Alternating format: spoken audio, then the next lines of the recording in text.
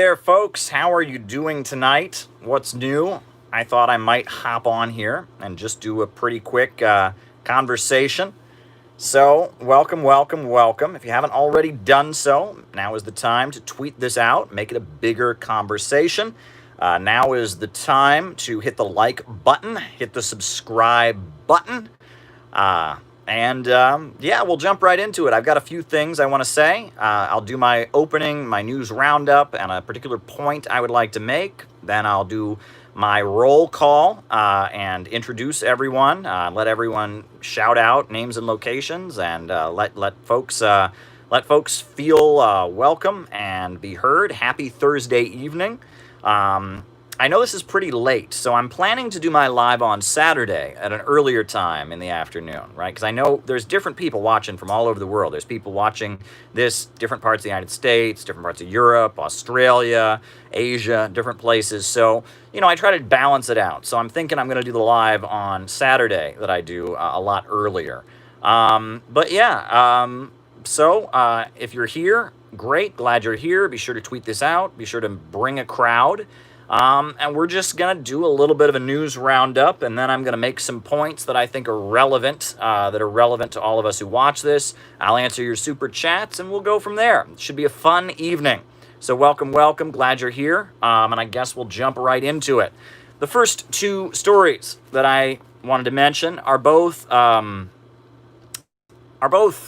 yeah, what else is new stories. As wild as things are in the world right now, as much as things in the world seem like they are not normal, well, Donald Trump is making Democrats mad with his tweets. Yeah, what else is new, right? I guess Donald Trump has tweeted out that the Democrats are harder to work with than China, Russia, and North Korea. Of course, that's making Democrats very angry. Is everyone surprised that Donald Trump is making Democrats angry with his tweets? No.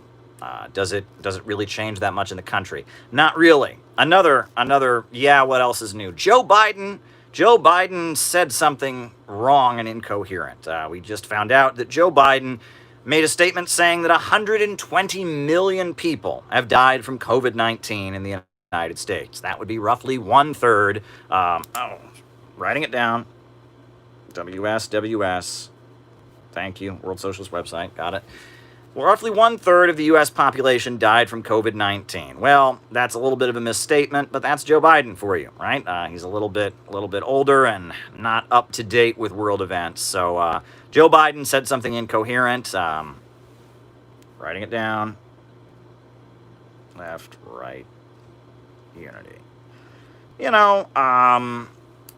Not surprising. You remember when he said that, quote, poor kids are just as smart as white kids.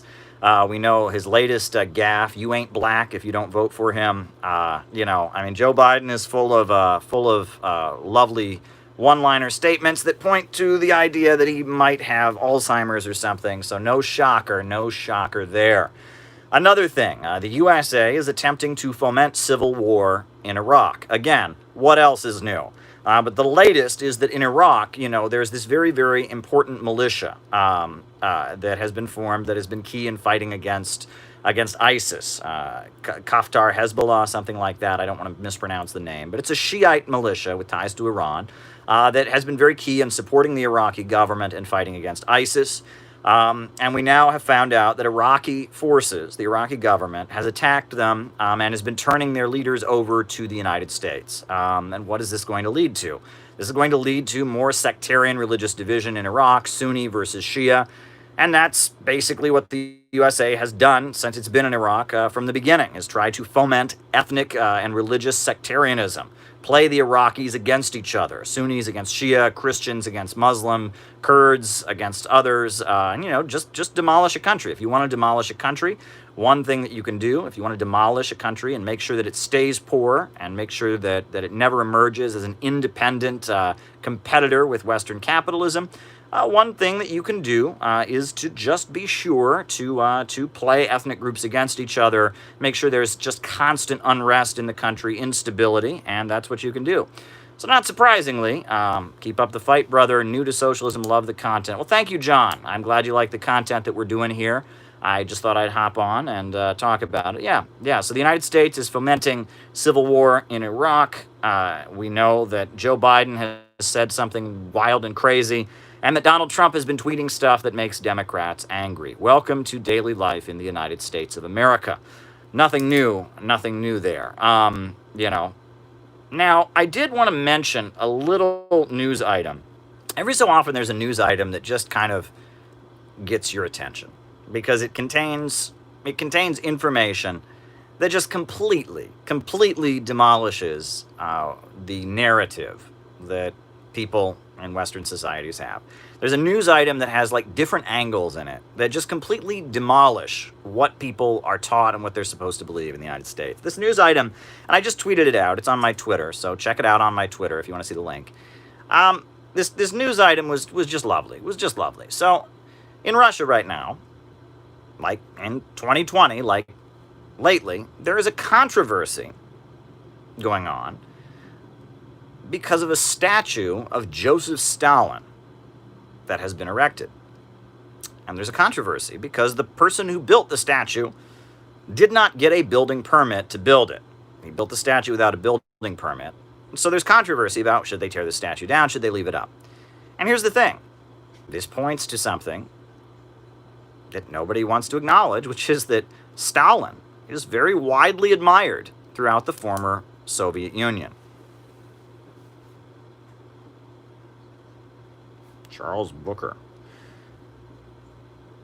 Stalin is very widely admired. They do polls in the former USSR. Many people admire Joseph Stalin. I have been told my whole life, Caleb, the only reason you support Marxism is because you must have never met anyone who actually lived under it. I mean, I know a Cuban guy who lived down the block from me, and he told me that communism is hell on earth. You should go talk to him. Or I know somebody who lived in Poland, and they told me that communism is pure evil, and you must never have met anyone who actually lived under it. Well, folks, poll after poll after poll in Eastern Europe shows that many of the people who actually lived under it have a big admiration for the Soviet Union and for communism. And in fact, when I was in Russia covering the election campaign, covering the Communist Party and their role in the election campaign, many people told me that the Communist Party is the party of retirees, older folks. Nasser, United Arab Republic. The Communist Party is the party of retirees, older folks. You know, folks who actually lived under it. But Caleb, you must never have met somebody who actually lived under it. I had a college professor who grew up in Croatia, and he told me, no.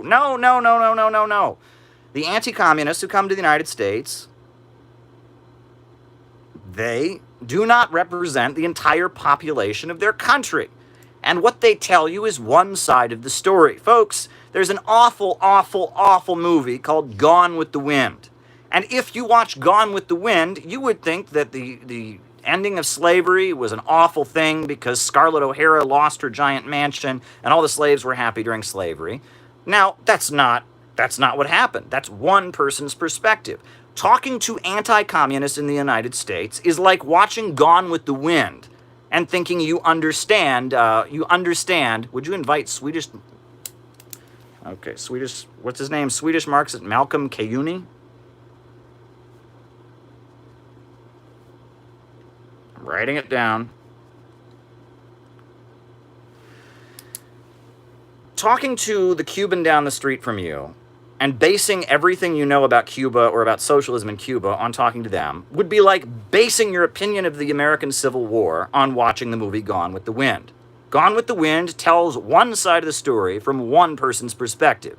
However, the American Civil War is way, way, way, way more complicated and has way more sides and analysis than what you find in Gone with the Wind. Talking to people from Eastern Europe who moved to the United States, like that former Soviet citizen, that guy in New York City who walks around with the camera and walks up to communists, really, right? Talking to people like him is not going to give you an accurate picture. And even the most extreme anti-communists, the victims of communism foundation, all of them admit that poll after poll after poll in former socialist countries of the Eastern Europe admits that, writing it down, Grover Furr, admits that socialism, is viewed very positively by the population. There's a huge amount of nostalgia. People have a positive memory of it. And in fact, the Communist Party of Russia is more popular with older people who actually lived under it. So everything you know is wrong. So that's the first thing. They've built a statue of Stalin in Russia. You know, I mean, people who actually lived under it, the country where what people call, what in my debate with Stefan Molyneux they called a murder factory. Well, people built a statue of Stalin. There's a lot of admiration for Stalin in the former USSR. No one acknowledges that. That's the first point. But get this part. This is the best part. So, who built the statue? Who put up this statue? It was a local representative of the Communist Party.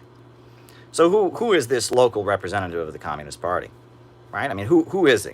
Right? I mean, obviously, based on everything we know about leftists, he should be a college student who goes around with a mask over his face, breaking windows and calling people racist, sexist, and homophobic, right? That's what a communist is, right? A communist is an idealistic college kid who's never had a job and never experienced anything and wants the government to give everything for free and goes around breaking things and burning American flags, right? That's clearly what this guy must be. I mean, he's a communist, right? He's a communist representative, a prominent communist, so clearly he fits this stereotype that we all have in our heads. Leftists are intellectual, nerdy college kids who go around protesting and breaking stuff, right? No, he's actually a wealthy businessman. He's a wealthy businessman. Yes. Not only do people in Russia, the country that communism had power, the country where Stalin lived, not only do many people in Russia, not all, but many people in Russia admire Stalin.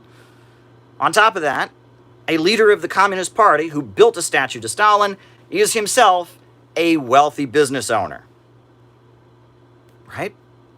Now, why would a wealthy business owner believe in communism? Well, because communism is based on economic growth. It's about the state controlling the means of production in order to raise people out of poverty. And in fact, communism and the Communist Party of China has led to many, many people becoming billionaires and millionaires. And the goal of communism isn't to make everyone poor and make it fair. Communism is not, everyone gets paid the exact same wage no matter how hard they work. That's what I learned in 5th grade. It's not everyone in the class gets the same grade no matter how hard they study, which is what I learned in high school. No, communism is the ultimate goal, and the road to communism, the socialist economy, is the banks, factories, and industries being organized by society overall and not operated according to profits, and as a result, people being raised out of poverty and the economy being rationally organized by central planners. That's the goal. That's what socialism is. So this story that you can find on my Twitter, you love it. It demolishes, it shows that anti-communist you talk to, right, in the United States. You know, you told somebody that you're a communist, you told somebody that you're a Marxist, and they go, oh, clearly you've never talked to anyone who lived under it. Wrong. A lot of the people who live under it, say it was better. And in fact, the people who lived under it are still, to this day, building statues of Stalin. So, wrong. And, oh, you must be a communist because you're a college kid who's sloppy. No responsible business person, no successful person would ever be a communist. The communist who built the statue in Russia is himself a successful business owner, and he believes that communism would result in many people in Russia becoming successful business owners. So everything you know about communism is completely wrong. And that was just a story that just completely illustrates that in a beautiful way. Everything you think you know about communism is wrong. Everything that you think you know about communism is wrong. So there you go. I just loved that story. I just had to highlight it. I thought it was fun. Another thing that's been going around. So there's a video that's been circulating of a woman in Florida.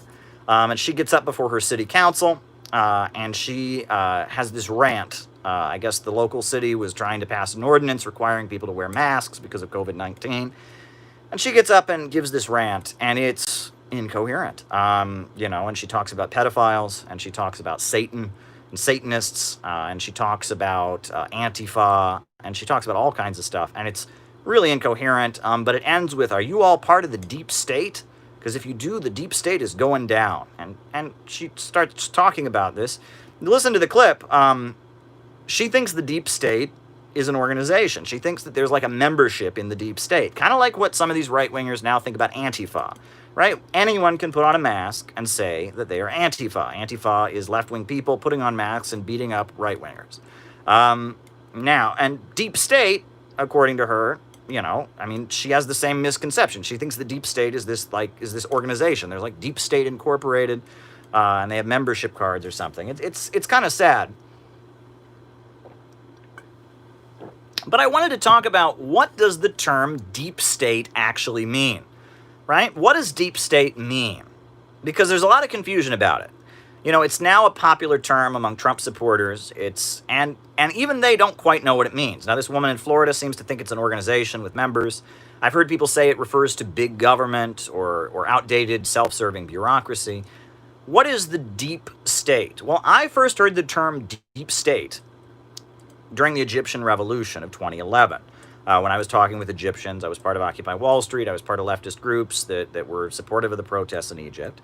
And apparently in the Middle East, the term deep state is widely understood. And basically the term deep state was very popular in the Third World, and it referred to the fact that in many countries in the Third World, the military kind of runs the government. They have military states, right? About Marcos in the Philippines, about Suharto in Indonesia, about, in Egypt and in many countries, under Mubarak in Egypt up until 2011, and still to this day, right, Al-Sisi, it's like kind of a military government.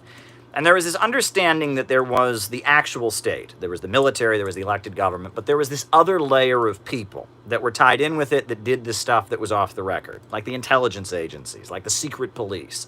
And in the Middle East, the term deep state referred to the state that people didn't see, like the phantom state, right? And that's where I first heard the term. That's the term that I understood it. That's where I first heard it. However, when people use it in the United States, I think they don't just mean it that way.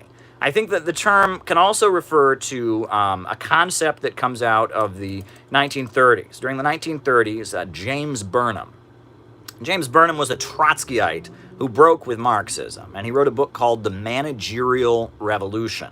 And he argued that there was a new class that had emerged that was neither capitalists nor workers. They were managers or government bureaucrats. And I think that some people used the term deep state to refer to that. They argued that there was this layer of people that were like technocrats, bureaucrats, government managers that were neither capitalists nor workers. And I think that that's in the United States, that term has come to mean that more than it means the secret government or the intelligence agencies or this, unknown entity. But that's what a deep state always meant when I understood it. It was always a reference to those kinds of entities. Now, the way Trump supporters use it, it's like some kind of secret conspiratorial group. They say it refers to government bureaucracy that's afraid Trump is going to drain the swamp and take their jobs away. There's total confusion about it. And it's a term that has evolved. And the sad thing is, it was in Middle Eastern discourse, and up until it became popular among Trump supporters, it was an acceptable term. If you said the deep state, people would go, okay, yeah, that's a thing, or that's an understanding, that's a concept. Now, when you say deep state, everyone rolls their eyes. They go, oh boy, deep state, here we go. And that argumentum ad ridicule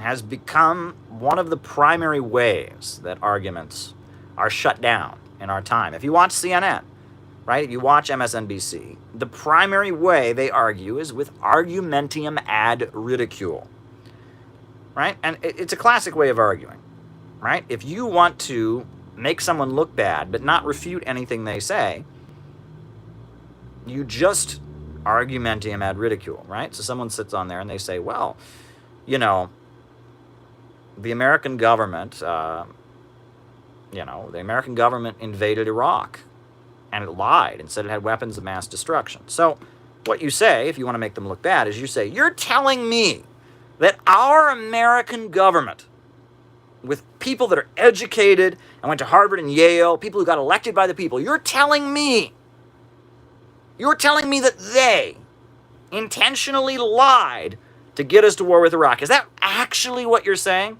And you say, yes, it is. They're like, you really believe that? Are you kidding me? Yeah, you're not refuting anything that they just said. It's called argumentum ad ridicule, right? Someone says, hey, communism in the Soviet Union raised millions of people out of poverty. You say to them, are you telling me that communism, the system of communism, actually raised millions of people out of poverty. Are you telling me, are you actually saying that? Yes, you are. Yes, you are actually saying that. But if you ask it in that way, it's called argumentum ad ridicule. You didn't refute a single thing the person said. The person said, Iraq, the U.S. government lied about weapons of mass destruction. Really? Right? Like that former Soviet citizen guy. This is called argumentum ad ridicule, and it's the primary way they argue. If you say the term deep state, they go, oh, there he goes, deep state, right? Or classic, if you're questioning allegations made against a regime around the world, around a government, where do they immediately deflect to? Holocaust denial, right?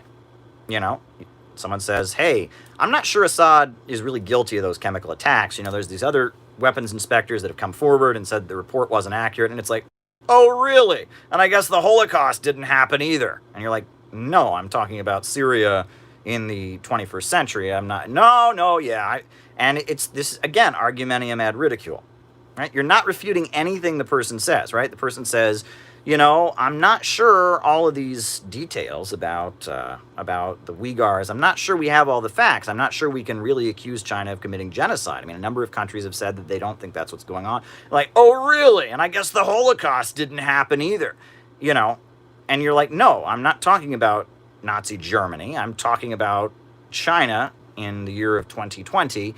And it's, again, did you refute anything the person said about China? Did you refute anything the person said about Syria? Did you refute anything that the person said? Of course not. You just argumentum ad ridicule. And it's the oldest technique. And you turn on mainstream media. Whenever they have an alternative voice, especially an alternative voice talking about international issues, that's how they respond to them.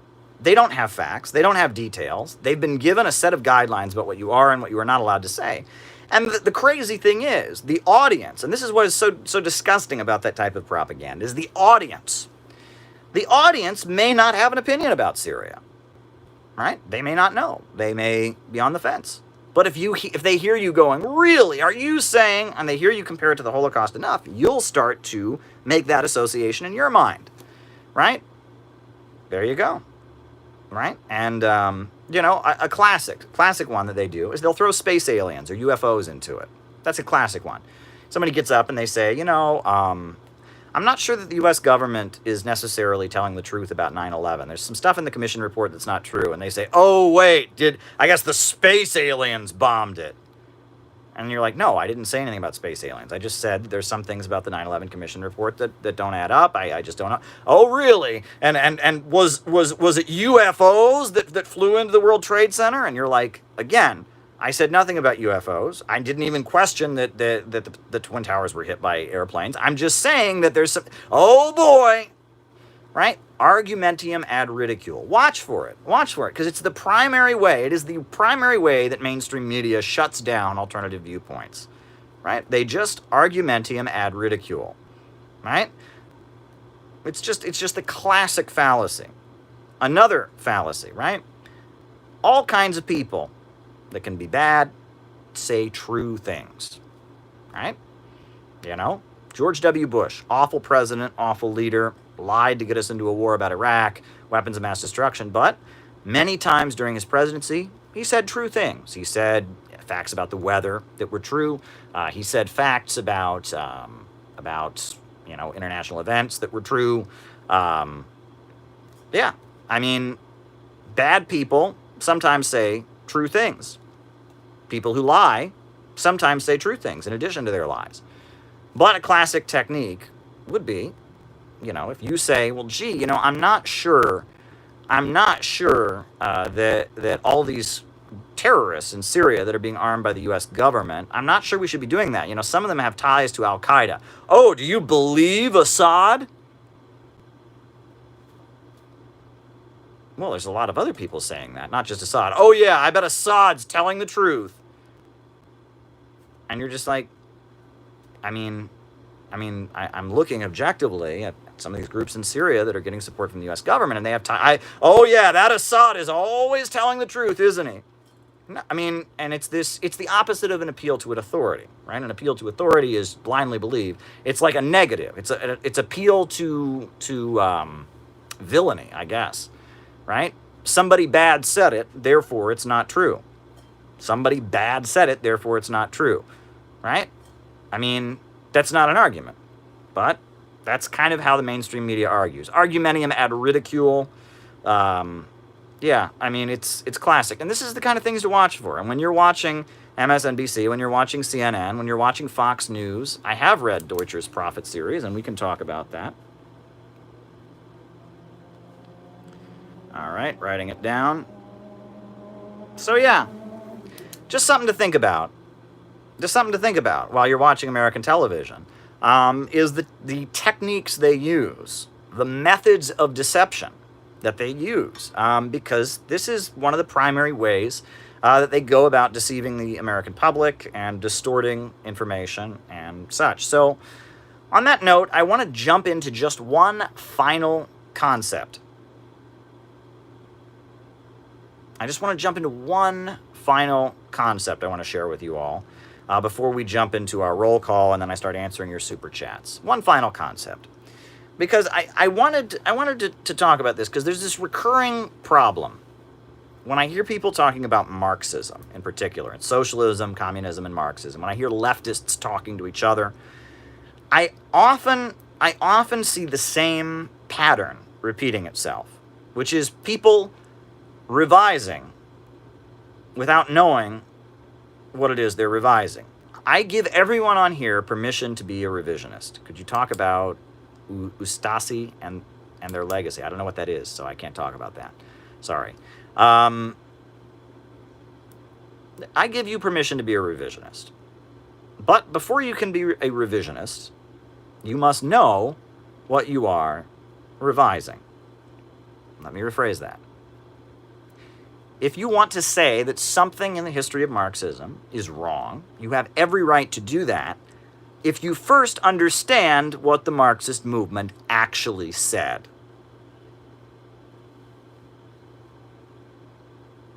I mean, this is a recurring theme. My classic example. Someone says to me, I'm talking with somebody about the history of protest movements and leftism in the United States, and I'll mention, this has happened many times to me. You know, there was this group called Students for a Democratic Society back in the 60s. And people say to me, that sexist group. I mean, it was sexist, sure, it had big problems with gender. But it was an activist group. It was an activist group that did all kinds of anti-war organizing, all kinds of civil rights organizing. And the reason that it mattered, that it had this problem with sexism, was because it was such a dynamic activist group. But if you take women's studies at an American university, you will inevitably read essays about how Students for a Democratic Society was sexist in its internal practices. And it was, right? There was a pattern in the organization of men got to make speeches, women made the coffee and handed out leaflets. It was very, very patriarchal. It had a problem with how women were treated. There was some sexual behavior, predatory behavior that was tolerated. It was a problem. Students for a Democratic Society had a big problem, but it wasn't a group of people organized on the principle of sexism. It was an activist group that fought against the Vietnam War and fought for civil rights and had a big problem in relation to gender, which all of U.S. society had at that time, much stronger than today. There had been no women's liberation movement so far. I mean, there had not been the upsurge of feminist activism and such. So, but if all you ever read is the essay in your women's studies course about how Students for a Democratic Society was sexist, and I've met a number of young leftists who walk around telling me, when I mention Students for a Democratic Society, they say, that sexist group. They know absolutely, they don't know why it matters. They don't know anything. They're revisionists. They're revising, right? Students for a Democratic Society, the standard leftist narrative is that it was this amazing activist group. The revisionist narrative is it was a group that had a big problem with gender. Henry Wallace, writing it down. But if you never learned the original, you didn't learn about Students for a Democratic Society and the role that they played in Columbia University. You didn't learn about the role that they played in Chicago protesting the Democratic National Convention. You didn't learn about the role they played in Berkeley fighting for the rights of college students and free speech on campus. You didn't learn about all the amazing stuff SDS did. Then all you've heard is the revisionism, the criticism, which is that it was gender. It had problems on the gender issue. And you're missing the point. You're missing the point. The point is, SDS was an amazing organization that did amazing work, and it had a big problem with gender, and that's a problem. When you have such a huge activist group that's doing all this activist work and organizing around civil rights and organizing, around opposing the Vietnam War, and millions, it had like 2 million members at one point. Very active group. I haven't seen Come and See.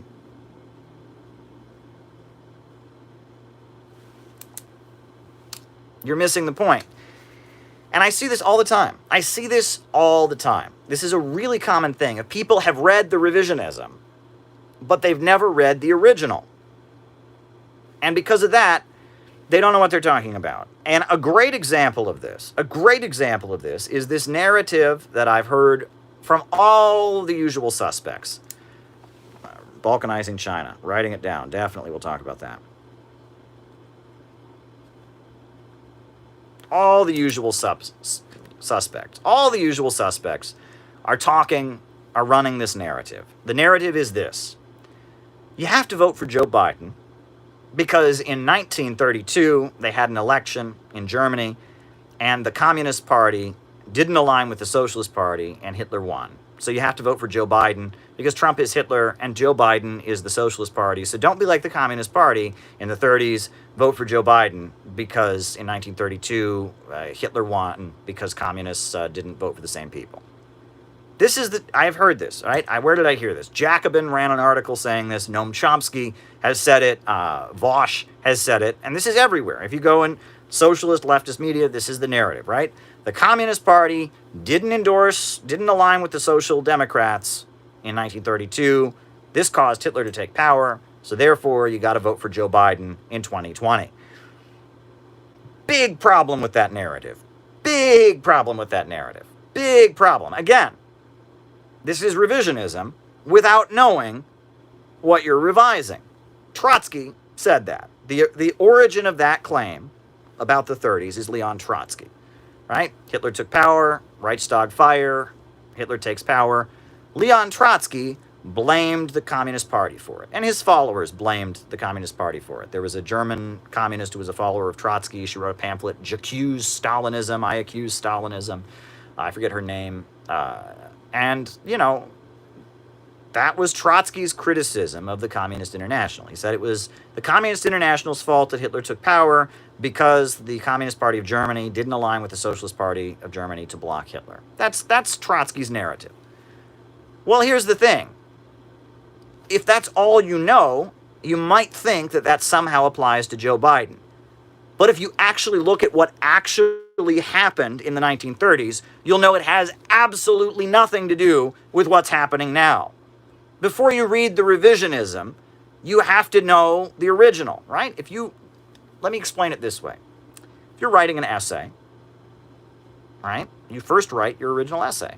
And then 2 or 3 days later, you go back and revise your essay. You fix it up. Well, you have to write the original essay before you go back and revise it, right? If you don't write the original essay, then 2 days later, when you go back to revise it, you ain't going to have anything to revise. Revisionism is based on the original. In order to be an effective revisionist, you must understand the original.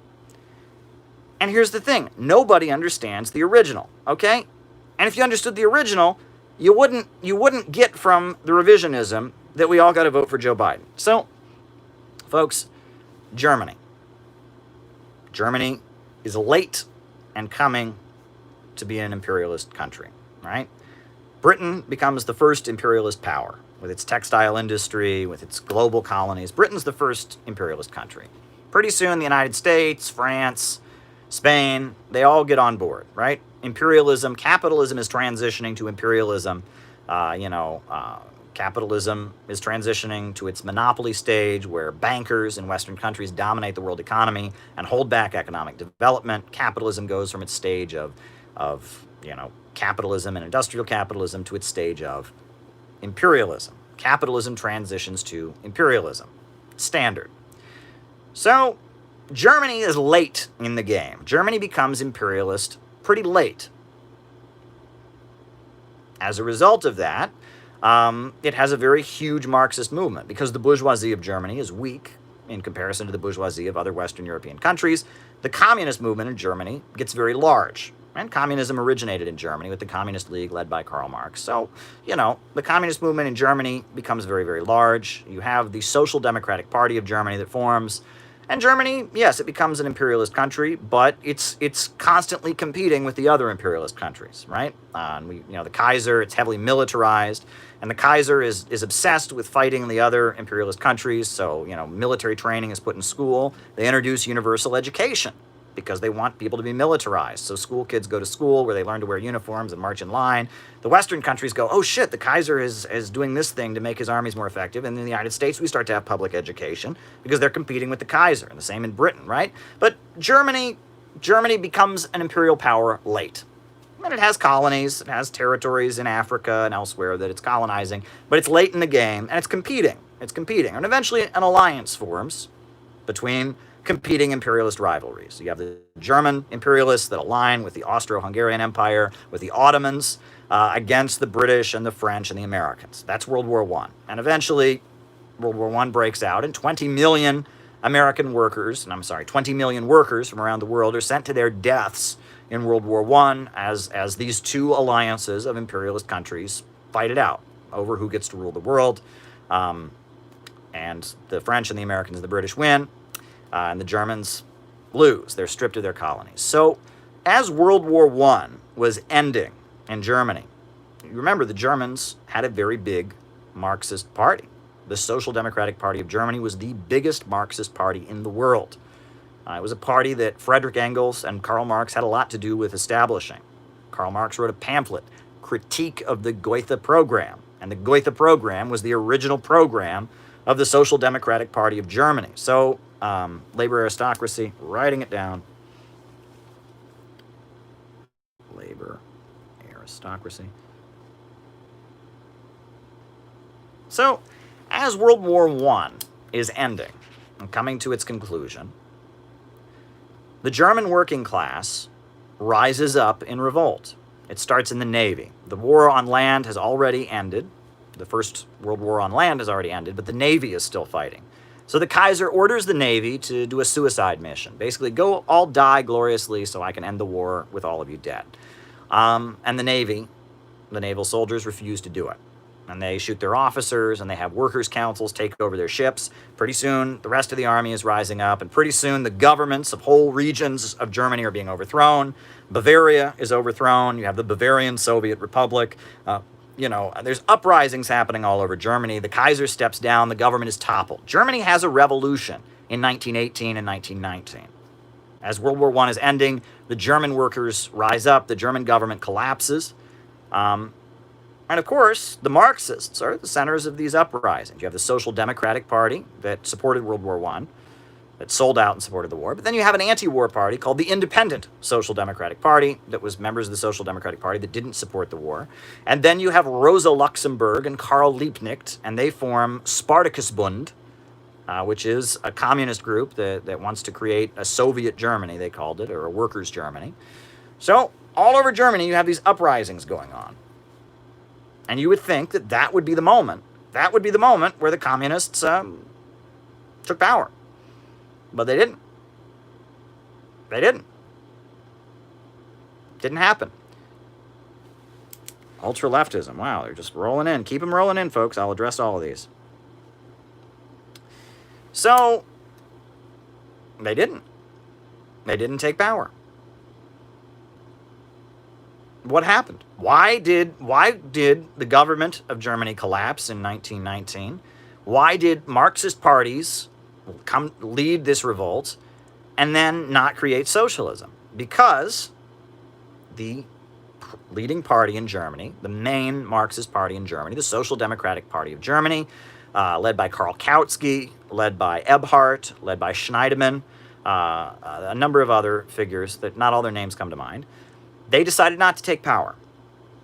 They convened in a place called Weimar, and they created a capitalist constitution for the Weimar Republic. They argued that it would be undemocratic to create socialism, And so they wrote a capitalist constitution for Germany.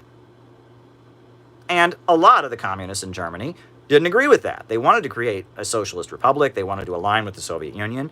So they rose up. And in Bavaria, you had the Bavarian Soviet Republic that rose up. In Rosa Luxemburg and Karl Liebknecht, they rose up. And so the Social Democratic Party hired a bunch of military veterans called the Free Officers of the Freikorps to kill them. Among those officers were many of the people who eventually became the Nazis. The Free Officers, the Freikorps they were called, were hired by the Marxist Social Democratic Party to kill the Marxists who actually wanted to create socialism in Germany. And 1918, 1919 in Germany, there was a bloodbath of the ruling Social Democratic Party exterminating communists. All over Germany, communists are being killed, not by capitalists, but by this Marxist party that says, yeah, we're not going to write a socialist constitution. And it happens. And the revolt of 1918, 1919 is put down by the Social Democratic Party of Germany. That was in 1918. Rosa Luxemburg's killed. It's over. At that moment, a river of blood was drawn down the middle of the leftist movement in Germany. The Social Democratic Party became the party that most police officers in major cities were members of. The Social Democratic Party became the party that was vehemently opposed to the Soviet Union, that wanted to destroy the Soviet Union. Meanwhile, the Communist Party emerged from the wreckage of the revolt, the people who'd marched with Rosa Luxemburg, and they hated the Social Democratic Party. There was a river of blood between these two groups. They were enemies. And throughout the 1920s, there were various communist uprisings in Germany. And throughout the 1920s, there were also various right-wing military coups that were attempted in Germany. And often, the communists would push back the right-wing military coups, and often, the communist revolts would be put down by Freikorps, or right-wing officers. Thank you, David. Glad you're with us. Good times. Have a good time at your meeting. This happened throughout the 1920s. The biggest revolt happened in 1928, and it was the Red May Revolt. And that was on May 1st in Berlin, in Wedding, the Wedding district of Berlin. The Communist Party had a parade. And at their parade, they had armed marshals, people with guns, marched in the parade. And the city of Berlin told them they could not have armed marshals at their parade. They said it was necessary for self-defense because fascists and others would shoot at them. They carried their armed brigades anyway, so the police opened fire on the protest march on May 1st, 1928. So the communists, communists shot back, and for about a week, there was blood in the streets in Berlin. And who was shooting, once again, at the communists? The Social Democrats. So, finally, right, the Nazi Party emerges as the party of the right wing that promises to end the bloodshed. It promises to end the bloodshed. That was the Nazi claim. They were claiming they were the party of law and order, and they were going to come in and end the fighting. That was basically their position. They were going to kill the communists, crush the left, and end the fighting. And we know what happened. Then, Hitler, he had a minority in the government, but he was appointed chancellor. Then the Reichstag was lit on fire. The German parliament building was lit on fire. Hitler blamed the burning of the Reichstag on the Communist Party, rounded up all the communists, put them in concentration camps, and became the dictator. That's what happened. Now, I don't know how anyone can get from that to vote for Joe Biden. I mean, but nobody knows that. Nobody knows that. Right? Nobody knows anything that I just said, right? That's kind of like absent from the discourse. But if you don't know what you're revising, you just know the revisionism, you might think that, in 1932 there was this election, and the Communist Party and the Social Democrats didn't team up, they didn't block Hitler, so therefore Hitler took power. No.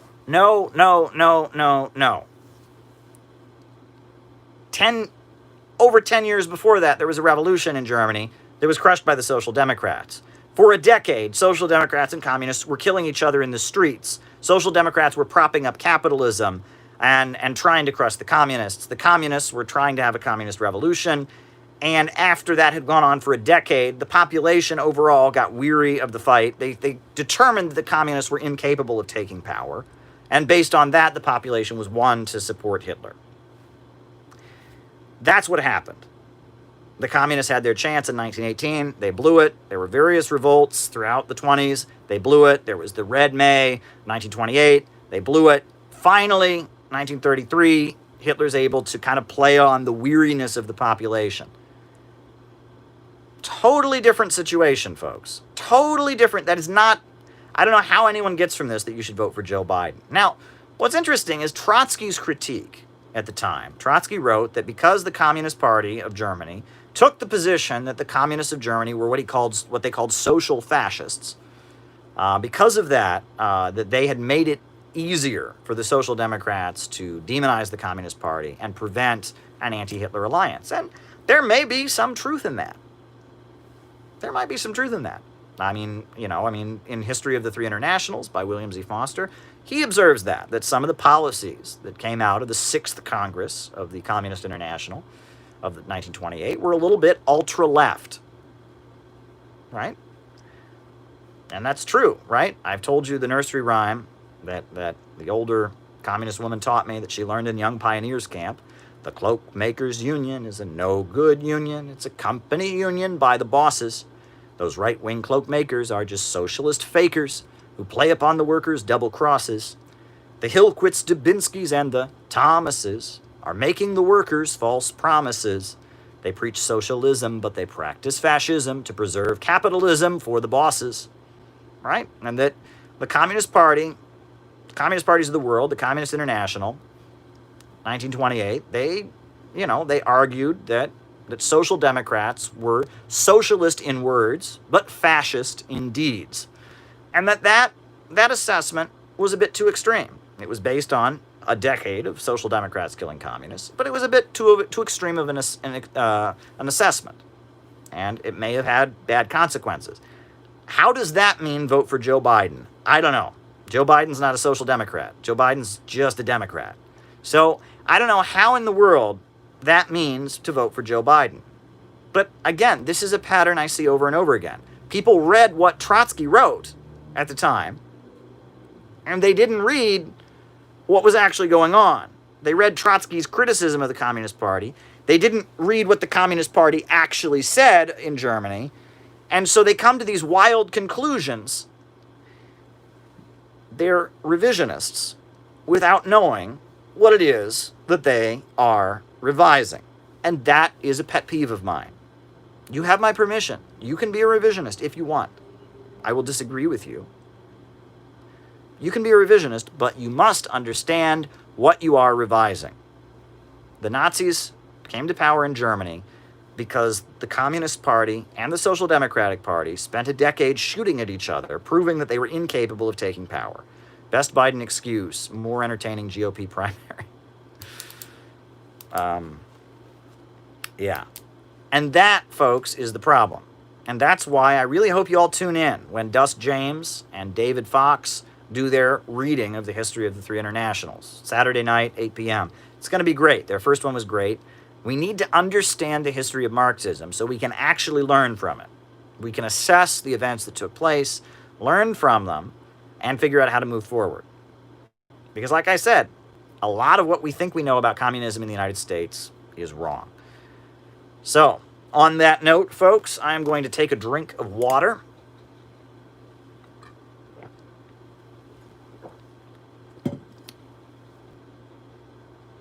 And I will now be doing the roll call. Names and locations, folks. Names and locations. I will call you out as I see you. Names and locations. Elias from Wisconsin. I believe Iron Front were Social Democrats with 3 arrows. Greetings from Florida. Jacob from Austria. Australia. His name is Creepy Joe. Crowder gets the bullet. Dallas, Texas. Cleveland. Los Angeles. Tina from Wisconsin. Miami, Florida.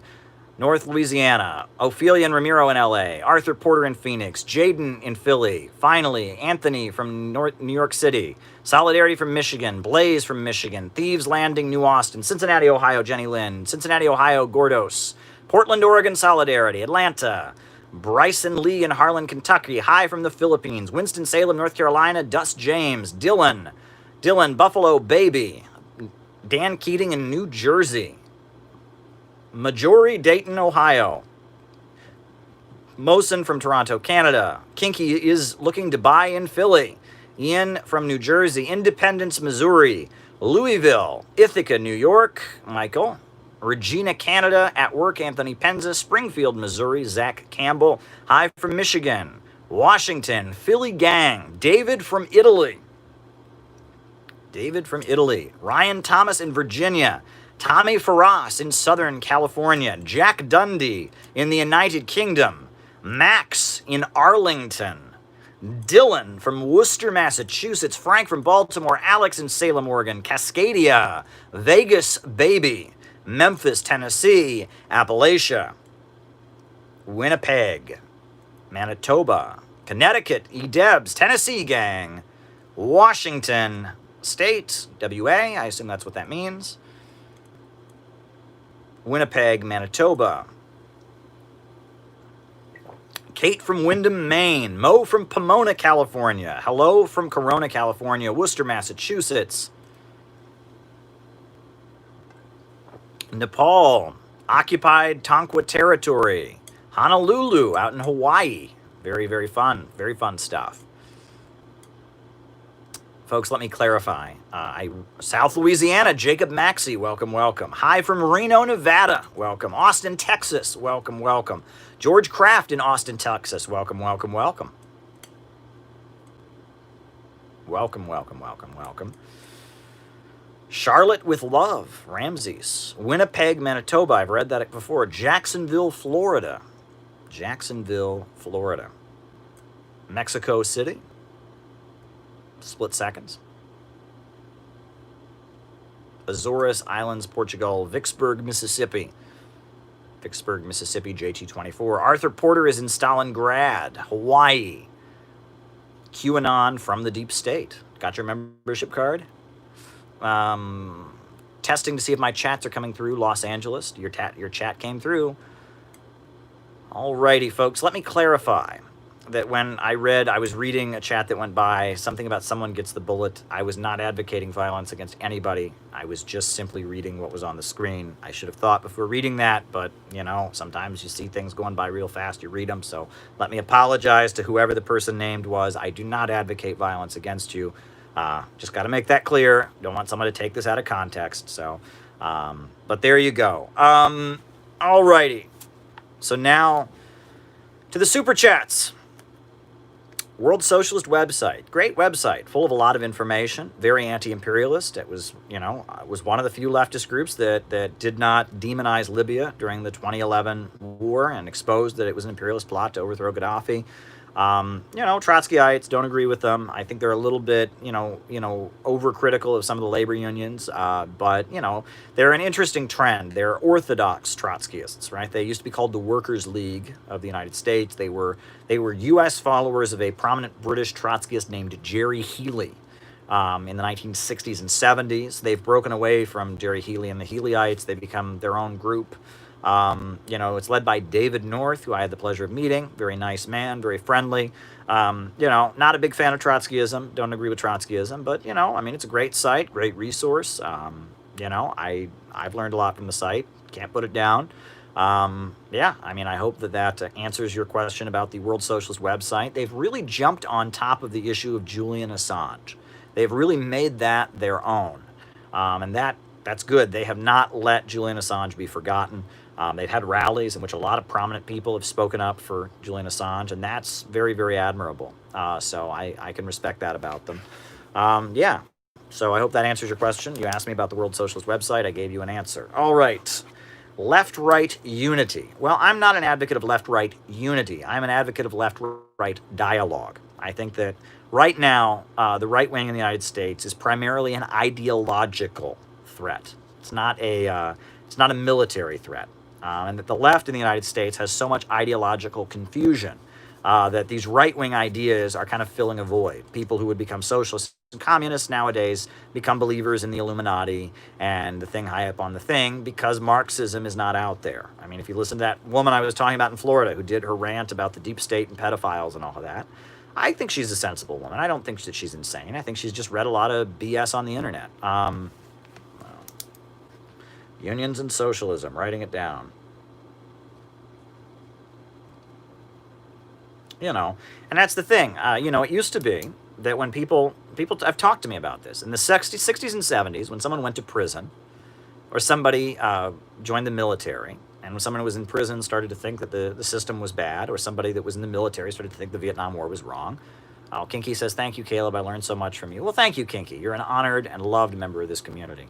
Thank you to you. My hat is off to you. You're great.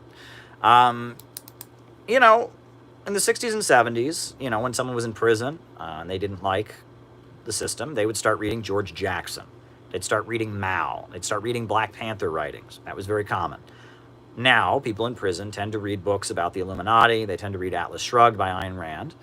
You know, it used to be that people in the military, they started to think the wars were wrong. They started to think the government was corrupt. They'd read Mao. They'd read, you know, they'd read the writings of Ho Chi Minh. They would read anti-war stuff, Noam Chomsky, whatever. Well, now, people in prison who think the wars are wrong, they read, you know, Behold a Pale Horse, or books about Freemasonry, or Atlas Shrugged and all of that. And there's an ideological problem. And that these right-wing ideas have filled a gap, right? Left-wing ideas no longer have the power they once had in the world. There's no, you know, the Soviet Union fell, etc. So because of that, right-wing ideas are out there.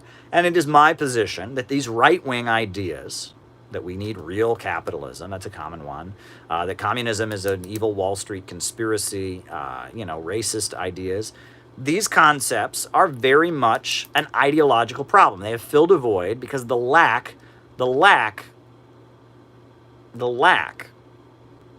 of Marxist ideology. And that's why I do what I'm doing. That's why I'm building the Center for Political Innovation. That's why I'm doing presentations like this, is I think that we need to have our ideology out there. And part of doing that is debating people like Stefan Molyneux, debating people like Vosch, debating people like Adam Kokesh, because we need to spread our ideas.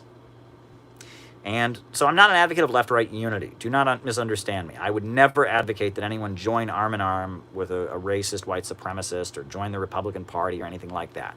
Do not misconstrue my position. I am not an advocate of left-right unity. Let me repeat this. I am not an advocate of left-right unity. I am an advocate of left-right dialogue. There's a difference. And that if leftists only talk to other leftists, that's a mistake. And I will emphasize what I've said many times before, which is, if you're going to stigmatize, right? I debated Augustus Sol Invictus, racist, white nationalist, in prison now. I debated him. Didn't agree with him. Refuted and dissected his ideas. Many people told me because I did that, I was toxic, I was canceled. I debated him. You know? Now, you'll notice all the people that said, I've heard someone accuse you of aligning with Nazbols. What's a Nazbol? That's like a stupid... I'll talk about that. Thanks for the super chat. We'll talk about Nazbols later. But none of those people would have ever had a problem if I had had a debate with Barack Obama. None of those people would have ever had a problem if I had had a debate with Hillary Clinton. Hillary Clinton and Barack Obama killed millions of people by destroying Libya, one of the most prosperous African countries. It was the most prosperous African country. They bombed it to shreds. But if I were to have debated Hillary Clinton, no one would say, oh, Caleb talked with a mass murderer, an imperialist, he's canceled. No. If I had debated Joe Biden, no one would have said, Caleb talked with a man who carried out mass incarceration and imprisoned millions of people. No. But because I argued with a creepy right-wing edgelord, I'm canceled. But according to some people, I'm doing fine. There's a lot of you watching me right now. And that shows that these people are out of touch. Right? That Crystal Ball made this point. She's right. The same campaign is directed against her. And that's my point. That it needs to, you know, if you're... why are people with bad ideas more toxic than people who commit mass murder on behalf of imperialism? I mean, explain that to me. The reason the Nazis are toxic is because of this event called the Holocaust and the Second World War, because they killed millions of people.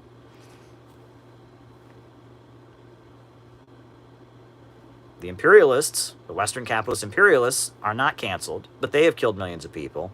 But weird, confused, stupid, right-wing, racist people who have bad ideas are toxic, even though they just have confused ideas.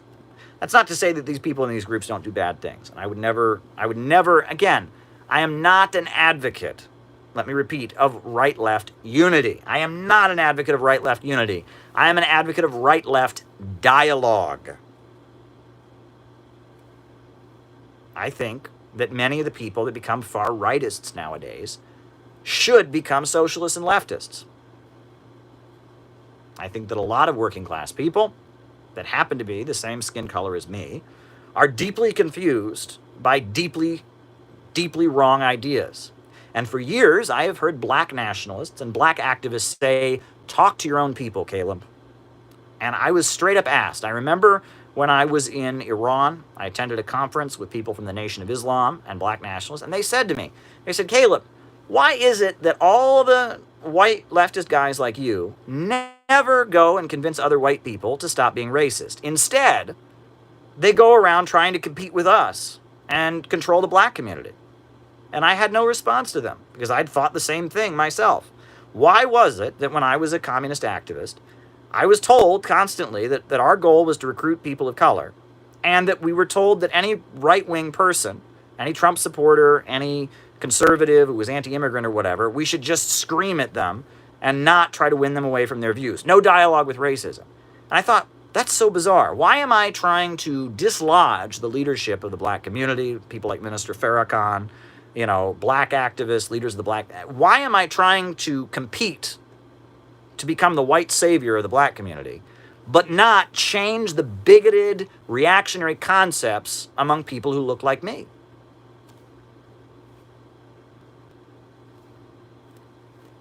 Yes, Caleb, the non-insta-woke POC, respect the work you do, keep on the work, says Ophelia. Thank you. Well, it needs to be said. And I will repeat this. I feel that white Marxists, white anti-racists, white anti-imperialists have a responsibility to engage with these people.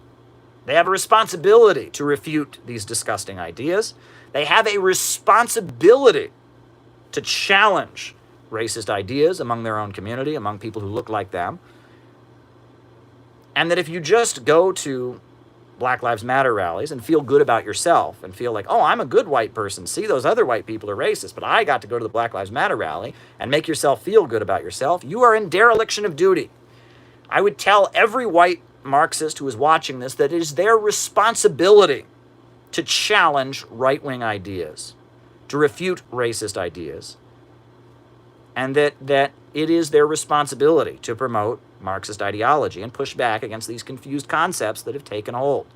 So that is my answer to those who would claim that I advocate right-left unity, which I do not advocate. Okay.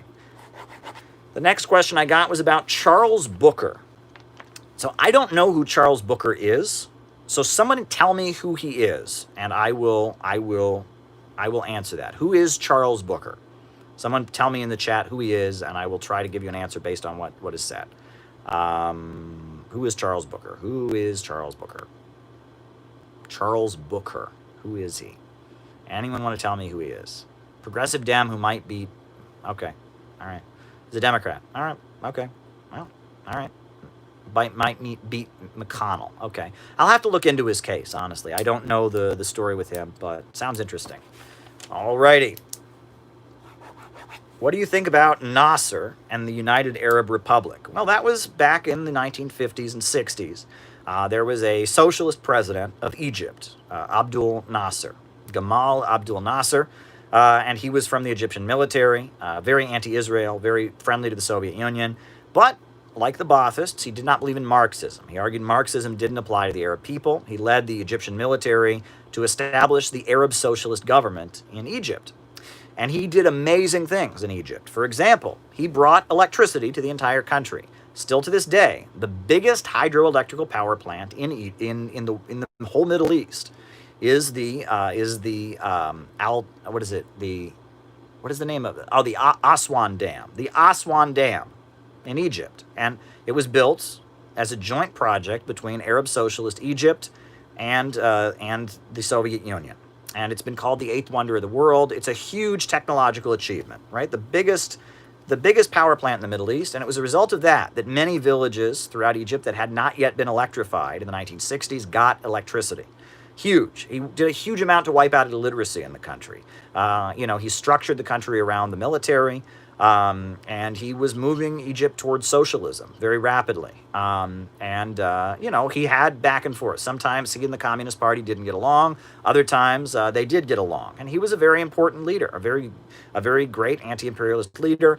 He said some anti-Semitic stuff. I don't endorse anti-Semitism. Israel was a country that was aligned with the imperialists, was his enemy, so that was the basis of the anti-Semitic confusion, most likely. He did amazing things to raise Egyptian people out of poverty, and eventually they formed the United Arab Republic, which included a number of countries throughout that region that had Ba'ath socialist governments, like Libya, like Syria, like Iraq, and it didn't last. The countries unfortunately fought with each other. But you have to remember, Pan-Arabism, that was the goal of the Ba'ath movement, of the Arab socialist movement. It wasn't simply to bring socialism. Thoughts on recent SCOTUS and DACA rulings? All right, cool. All right, we're going to start writing them on the other page so I don't miss any of them. All right. The goal of the Ba'ath movement, of the Arab socialist movement, was to build a unified Arab world. Folks, why are the Arab people divided into so many countries, right? The Arab people all speak the same language, Arabic. They have the same religion for the most part. There are Arab Christians and stuff, but Islam tends to be the Arab religion. It was started by an Arab named Muhammad. So, why are the Arab people with the same culture, the same traditions, why are they divided into different countries? It's because of the Sykes-Picot Agreement. The Sykes-Picot Agreement, right? During World War I, France, Britain, Russia, the United States got together and had a secret treaty called the Sykes-Picot Agreement, where they divided up the Middle East among themselves. France got Syria, Britain got Iraq, they handed, Saudi Arabia over to the House of Saud, who were like puppets of the British, and they divided up the region among themselves, right? The Ottoman Empire, the Turks had conquered a lot of it during World War I. The Turks were being defeated in World War I, and there was a secret treaty among the imperialists called the Sykes-Picot Agreement that divided up the Middle East among the imperialists. It was very much divided along the lines of which imperialist country, which Western bankers got chunks of it. That's why it was divided up. And the Sykes-Picot Agreement was originally secret, but the Bolsheviks made it public. After the Russian Revolution, they opened up all the secret archives of the Tsar, and they published the Sykes-Picot Agreement. It was like WikiLeaks 1919, right? WikiLeaks 1917. That's what it was. The Bolshevik Revolution, they revealed all these secret treaties. One of them was the Sykes-Picot Agreement. And it's because of the Sykes-Picot Agreement that the Arab people are divided. And the Arab socialist movement and the communists of the Arab world, a lot of communists in the Arab world, a lot of leftists in the Arab world. Yes, I did get the super chat about the Supreme Court. So, yeah, a lot of the communists in the Arab world. Does CPI USA give Zoom classes, courses? We hope to eventually. We're not at that point yet, but we hope to be eventually. The Sykes-Picot Agreement divided up the Arab people. And that's a bad thing. And Pan-Arabism was the goal of the socialist movement in the Arab world. Communists largely supported Pan-Arabism, and the idea was the Arab people should be united. There should be one Arab nation, rather than a bunch of countries and a bunch of borders drawn up by the imperialists. So the United Arab Republic was an attempt to move toward creating that Arab nation. It failed ultimately. It was broken apart. It was unfortunate, but it was an attempt to move in that direction, right? Because when you want to colonize and exploit a group of people, what do? You divide them, right? Yugoslavia, right? How did the USA break up Yugoslavia? Read Michael Parenti's book, To Kill a Nation, by, fomenting ethnic bigotry between different groups, right? This is imperialism 101, divide and conquer. In India, The British did everything they could to foment hostility between Christians and, between Muslims and Hindus, between Sikhs and Hindus. I mean, the British, this is imperialism 101. You divide people. You can read the infamous Oded Yanan plan that was leaked, where Israel in the 1980s was plotting to play different religious minorities and ethnic groups against each other across the Middle East and foment a Sunni-Shia conflict in the Middle East. So this is what imperialists do. They play people against each other. They foment sectarian division. That's. I hope that answers your question. But and it all gets back to the Sykes-Picot Agreement and all of that. So there you go. And the Soviet Union eventually hoped that they could work with the Ba'ath countries to get the Middle East out of the oil market, to get the Middle East to have more than just oil. They wanted to build huge irrigation systems to bring water to the Middle East so that there could be farming. They wanted to, bring industry to the Middle East. And they realized that part of why the Middle East has so much instability is because it's basically deindustrialized. It's the countries, they have sand and oil, and they sell the oil to the imperialists. And the Soviet Union realized that for the Middle East to get out of that situation, there was a real need for it to be industrialized. And they needed to have something like the Belt and Road Initiative, like what China's doing, One Belt, One Road. They needed to bring irrigation, they needed to bring electricity, they needed to bring industry to the Middle East, and that would stabilize it. And what's odd is the Soviet Union was even talking to Israel about being involved in that. And believe it or not, there were even some forces in Israel that were open to that.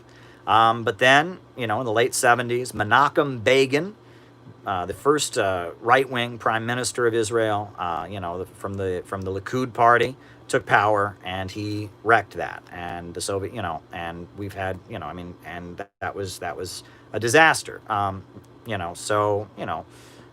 There you go. But the Ba'ath countries, the Soviet Union, their plan was to try and industrialize the Middle East, and it didn't work out. They didn't get to do that. The United Arab Republic broke apart, and look at the Middle East now. Look at all the division that has been created. Well, that's a result of the failure to bring industry. That's the result of the fact that the Western imperialists use the Middle East as their oil supply, as their oil in their back pocket. When your country has nothing but oil in it, it's going to be very poor because when the imperialists control that oil. And the countries that became prosperous, like Libya, right, was very prosperous as a result of taking control of their oil resources. But what did Libya do? Under Gaddafi, they built the world's largest irrigation system. And they built factories. And they did everything they could to try and get out of that trap of being an oil country. You don't want to be in that trap where all you have is oil because you're vulnerable. Okay, enough about that. Would you have Swedish Marxist Malcolm Keynes on your show? I don't know enough about Mr. Keynes. I would think so. I don't know why I wouldn't, but I'd have to look him up. Did he say something controversial or something? I'm not familiar with his work, so can't say that.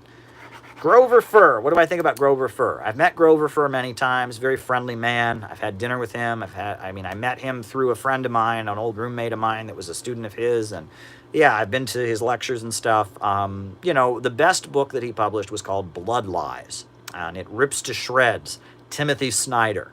Timothy Snyder is the Yale Russia department, guy who he churns out these anti-communist screeds for Yale University. He wrote a book that was an attempt to equate the Soviet Union with the Nazis. And it was called Bloodlands. And so Grover Furr rips it to shreds in his book Blood Lies. So I recommend people check out his book Blood Lies. That's my favorite work. I don't know enough about Soviet history, to really get into everything Grover says.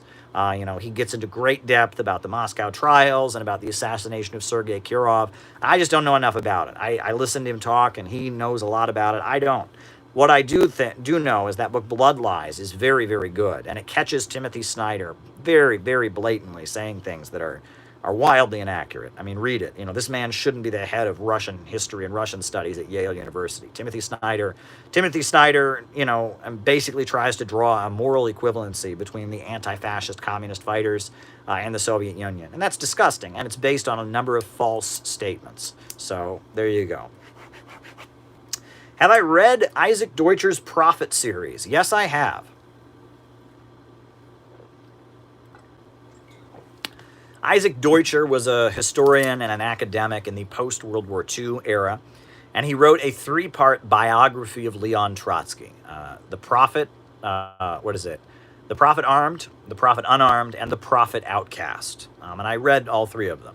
The summer that I moved to New York, I moved to New York in late 2010. The first summer I was in New York City. Occupy Wall Street got started in the September of 2011. Like that summer, July, August, June, that summer I read the Prophet series.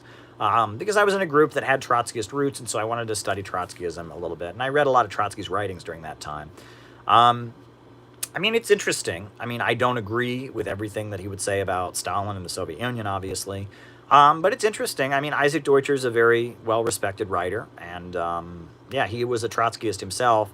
I do believe he didn't trust American Trotskyists, and at one point, I believe he quietly told some American Trotskyists that their organizations were infiltrated by the CIA. I can't find record of that. I believe that was in a memoir that I read, but I want to actually find the quotation. Isaac Deutscher was a Trotskyist. He was definitely a Trotskyist, but he did not trust American Trotskyists, which I think is interesting. And I want to find the actual quote where I heard him say that. But he was always very distrustful of American Trotskyists. He had a feeling they were being used by the intelligence apparatus, which I think is fascinating. Isaac Deutscher was a writer. He wrote a lot of things. Henry Wallace. Henry Wallace was the vice president of the United States during the Second World War. He had been the Secretary of Agriculture during the late 1930s, and he was a progressive, an amazing progressive leader. Sometimes I read things that this man, who was the vice president of the United States, said, and I almost start crying. Someone says Gaddafi was the most fashionable Arab leader. Well, I'm not here to judge Arab leaders by how fashionable they were. I'll read Henry Wallace, and you read his speech, The Century for the Common Man. You read, his speeches during the Second World War. You read his speeches during the 1948 presidential election. This was a dynamic man who was ahead of his time. You can watch. There's a short movie that was made of one of his speeches. It's called The Century for the Common Man. You can watch it on YouTube. Beautiful stuff. And basically it says that the USA basically needs to move towards socialism in order to defeat the Nazis. He hails the Russian Revolution as a great revolution. He talks about the right to jobs and health care. A beautiful, beautiful speaker, beautiful writer. He created food stamps. He's responsible for the modern food stamps program. When he was Secretary of Agriculture, he basically created the food stamps program. And he was a huge admirer of the Soviet Union and of Stalin. Read what he said about Stalin. Right? Henry Wallace, Vice President of the United States, had glowing things to say about the USSR and glowing things to say about Stalin during the Second World War. And Henry Wallace, all working people in the United States should know who Henry Wallace was and deeply admire Henry Wallace because he fought so hard for Social Security. He did amazing things during the Second World War. And then after the Second World War was over, when McCarthyism got going, he stood against it, and he quit the Democratic Party, and he ran for president in 1948 under the Progressive Party ticket. God, all right, PSL and FRSO. I'm going to give you an answer, but you're not going to like my answer. All right.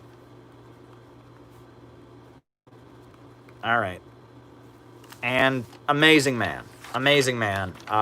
He was wrong about Israel. He wasn't good on the Israel question. He was a big supporter of Israel. That was a mistake. The Communist Party USA was wrong on Israel as well. And I guess during the Second World War, it would have been great if he'd have spoken up against the internment of the Japanese. That was wrong. I'm not going to say everything the man did was good, right? He had his faults, but compared to so many other figures in U.S. history, this man was the Vice President of the United States, an admirer of Stalin, former member of the Socialist Party, an anti-racist in a time when racism and Jim Crow were still intact. He ran for president in 1948 as the Progressive Party candidate. He had 3 planks on his platform. First plank was peace with the Soviet Union, continue the alliance with the USSR, right? No Cold War. Second plank, support for labor unions, right? No to the Taft-Hartley law, the right for workers, Takfiri is in Syria, the right for workers on the job. Third plank, support for civil rights for the black community, right? Just an amazing man. And in 1948, the Democratic Party had been taken over by Truman, Harry Truman, who was a warmonger, was a former member of the Ku Klux Klan, and Henry Wallace ran for president in 1948, broke with the Democratic Party. The Communist Party was illegal and underground at that point, and the Communist Party, all their members worked their butts off you know, and Henry Wallace ran for president, got over 1 million votes. Amazing stuff. Amazing stuff. Henry Wallace was a dynamic individual, a giant of American history, a great progressive. We don't have progressives like him anymore. Watch Century for the Common Man. He was great. And what's really wild is, you know, the Communist Party USA, 1948, you know, they put the leaders of the Communist Party USA on trial. They were convicted. They were all sent to federal prison for being members of the Communist Party. Many members of the Communist Party around the country were jailed on state charges. You know, and despite that, the Communist Party USA was able to organize effectively this massive pro-civil rights, pro-labor union, pro-peace with the USSR presidential campaign, got over 1 million votes. I mean, it was unprecedented. I mean, think about that. At the height of McCarthyism, the Communist Party was able to pull that off. William Z. Foster, who was in his 70s at that point, was organizing it. I mean, amazing stuff, right? And the Communist Party USA, even in the moment where they were being attacked by every level of the American government, did amazing work. And what's wild is there's a very famous picture from the 1948 elections of Harry Truman holding a picture that says, "Dewey defeats Truman." Very famous photo. All right? And it's like the newspaper predicted the election wrong. It's a very famous picture. 1948 election night, Truman won, but he's holding up the newspaper that was printed with the wrong results on it. Why?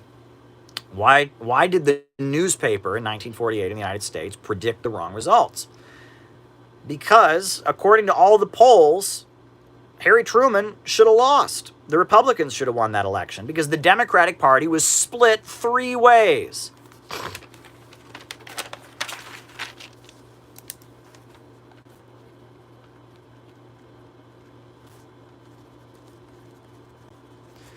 The Democratic Party was split 3 ways. Let me repeat that. The Democratic Party was split 3 ways, right? So Harry Truman, the guy who dropped the atomic bombs on Hiroshima and Nagasaki, former Ku Klux Klan member, was president of the United States. So the Communist Party forms the Progressive Party with Henry Wallace, and they run their campaign, and they're emphasizing anti-racism. And in Chicago, and in New York City, and in Minneapolis, and a lot of urban areas, a lot of African-American ministers endorsed Henry Wallace because he was pro-civil rights. So millions of African-Americans in urban centers in the North, where they could vote, are voting for Henry Wallace. So Harry Truman says, oh shit, we're going to lose the black vote. What do I do? And so he integrates the U.S. military. He ends segregation in the U.S. military and gives a speech kind of supporting civil rights, not really, kind of. Of course, who are the Southern Democrats? They're all the Southern, that's the Dixiecrats. The Dixiecrats don't like that. So Strom Thurmond, a very famous, segregationist, he forms the National States' Rights Party. And he runs against Harry Truman in the elections, right? So the Ku Klux Klan Democrats also break with the Democratic Party. So the Democratic vote is split 3 different ways. There's Harry Truman, the mainstream Democratic Party candidate who's president, the incumbent. Then there's Henry Wallace, the communist Democrat, the progressive, the socialist. Then there's Strom Thurmond, the Ku Klux Klan Democrat. So the Democratic vote is split 3 ways. There is no way Harry Truman could have won that election. There is no way he could have won the 1948 election.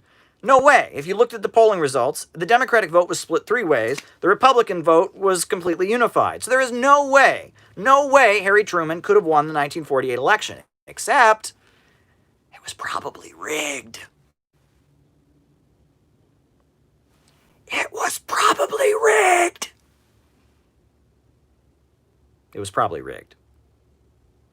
In Philadelphia, in Chicago, in New York City, the urban Democratic Party political machines were known for dead people voting, for people's names being removed from the voter rolls, especially if they were African Americans who might vote for Henry Wallace. The 1948 election was probably rigged, if you look at it. There is no way Harry Truman could have gotten reelected with the Democrat vote split 3 ways and the Republicans unified. And it was rigged in the fact that Henry Wallace was banned from the ballot in many southern states because he was against segregation, number one. So that's one. If you're banning a major candidate from the ballot because he's anti-racist, that's rigging the vote. In Chicago and Philadelphia, those urban political machines of the Democrats, they were a lot more corrupt back then, right? Back then, there was a lot less transparency than there is now. And even now, people look at corruption in urban political machines of the Democratic Party. But back then, many people looked at the 1948 presidential result and they said, this is What do I think of the Nasser Act? I don't know enough about it. I don't know what that is. Many people look at the 1948 results and they think there's no way, Harry Truman could have won that election. And that's why Harry Truman's holding up that famous photo, Dewey defeats Truman. And it all started because of the Communist Party. That's the wild thing. The Communist Party went to Henry Wallace, former vice president, and urged him to run for president. He had a cushy job. He was the editor of New Republic, a kind of liberal progressive magazine. They convinced him to run for office, and it shook the whole country. It's amazing. 1948 presidential election where Henry Wallace ran for president is one of the wildest stories in American history. You wouldn't know anything about it. Right? It's been kind of buried. But the 1948 presidential election is one of the wildest stories, and it shows how effective the Communist Party USA was when William Z. Foster was leading it. Even in the midst of McCarthyism, they were able to split. I mean, they had huge national impact. So it's a wild story. Thanks for asking about Henry Wallace. I deeply admire Henry Wallace. All righty. Okay. Someone asked me about ultra-leftism. What is ultra-leftism? Well, ultra-leftism is basically doing things that don't get us closer to socialism, but make you feel like you're super revolutionary. That's a good interpretation, right? The right-wing deviation of Marxism is when people make Marxism into a non-revolutionary ideology. When revolution just becomes the sum of reform. Revisionism, Edward Bernstein. The movement is everything, the goal is nothing. When people stop advocating socialism and just kind of want to fix up capitalism a little bit, that's revisionism. What are your thoughts on the modern Communist Party USA? Okay, I'm going to address this. I don't like all these questions about different groups, and I'm going to address this when I get to them. And I'll put this with the FRSO question. It'll be together, all right? Because I'm going to, yeah. All right, okay, so, you know, it's basically when people go out and do things that make themselves feel good, but don't really advance socialism. You know, ultra-leftism, right? Lenin wrote a book called Left-Wing Communism and Infantile Disorder, talking about communists around the world that were doing that and criticizing them. Many communists had this policy that they wouldn't join labor unions that were not led by communists. And Lenin said that's a really stupid policy because most labor unions are not led by communists. And if you don't join the unions that communists are members of, then you'll have no access to those members. Oops, right? Many communists around the world boycott elections because they say the answer is socialist revolution, not elections. And Lenin points out that for most people, the only time they think about politics is during the elections. So if you hand over the elections to capitalists, there's no communists in the elections, you're just kind of wasting a huge opportunity to reach people with your message.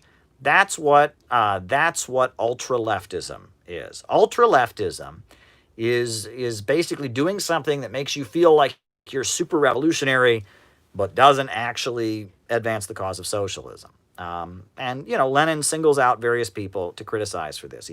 There's a very famous feminist and suffragist in Britain, Sylvia Pankhurst, and she was an ultra-leftist, and Lenin kind of criticizes her. And he says she's very articulate, she's one of the best writers and speakers in Britain, but she believes in boycotting the elections, and she's ultra-left. That's what ultra-leftism is, and it's a big problem, but it's a result of not having an impact, you know? When you're in a situation where things are very, very stable, where the class struggle is very, very stagnant, you feel like what you do doesn't have an impact. So why not do what makes you feel good? Because you're not going to have an impact anyway. How did Wallace want to end the war versus Truman?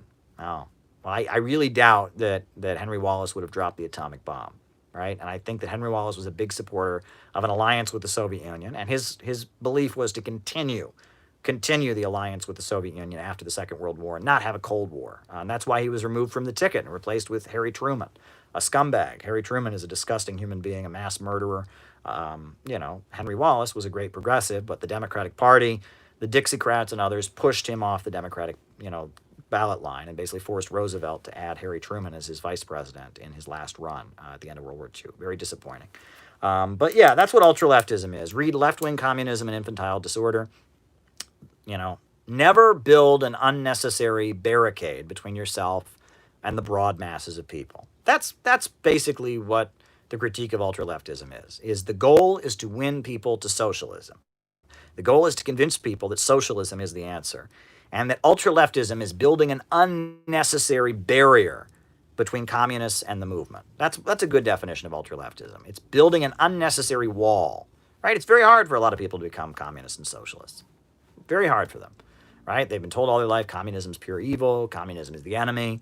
So when communists work hard to convince people of the opposite, to win people over to socialism, they shouldn't be building unnecessary walls, right?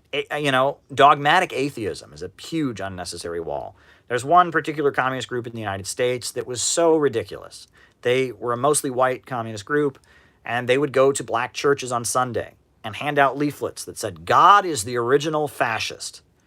And it was disrespectful. It was racially offensive. It was disrespectful of all religious people. And what are they doing? They're building an unnecessary barricade. I believe one can be a good communist and a Christian. One can be a good communist and a Muslim. One can be Jewish and practice Judaism and be, and be a good communist. One can be a Hindu and be a good communist. I don't think, being anti-religious is necessary. But some communist groups build this unnecessary barrier, right? Where it's, all religion is the enemy of communism. That's ultra-leftism. I think, I haven't always thought this, but I think that burning the American flag is ultra-left, right? Because a lot of people, for whatever reason, they have this emotional attachment to that flag. You light the flag on fire, they take it personally. They take it as a personal attack. I was listening to you today talk about overcoming over-socialization and internalizing your experience. I was able to tell my parents preferring to be called... I'm not quite sure what you're getting there, but I'm going to talk about over-socialization. We'll talk about that, absolutely. We'll talk about over-socialization. Writing it down, over-socialization. Thanks for the super chat. Yeah, and,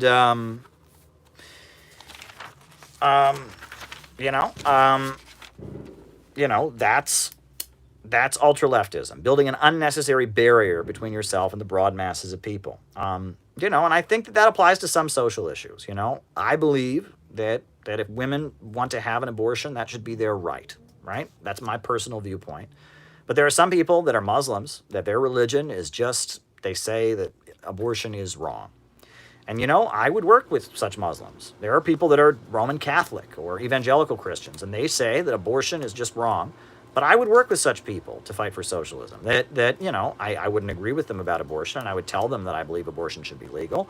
But I would respect their right to have their religious views. And that one way the ruling class divides the workers is what they call Kulturkampf, or culture wars, right? The German Kaiser used to play the Protestant workers against the Catholic workers, right? And he would, he would mobilize the Protestant Germans and the atheist and Marxist and secular Germans against the Catholic Germans. And that was a way to hurt the class struggle in Germany.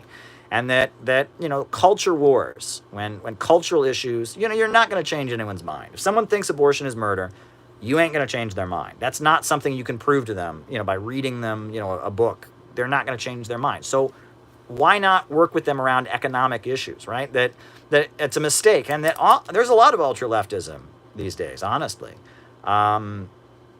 That's what I think. There's a lot of ultra-leftism these days. I probably spent way too much time talking about this. All right.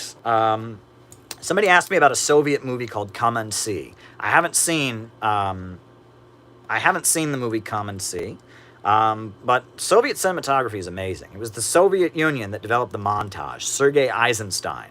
Soviet films were amazing, right? And, the art of the Soviet Union, they did so much to support art and movies, and Soviet cinematography is forgotten. They did amazing stuff. And George Lucas actually went as far as saying that Soviet filmmakers had more freedom than commercial filmmakers in the United States. Because, yes, they weren't allowed to go against communism, but other than that, they had artistic freedom. Were the Byzantines as reactionary as the Romans? Okay, writing it down.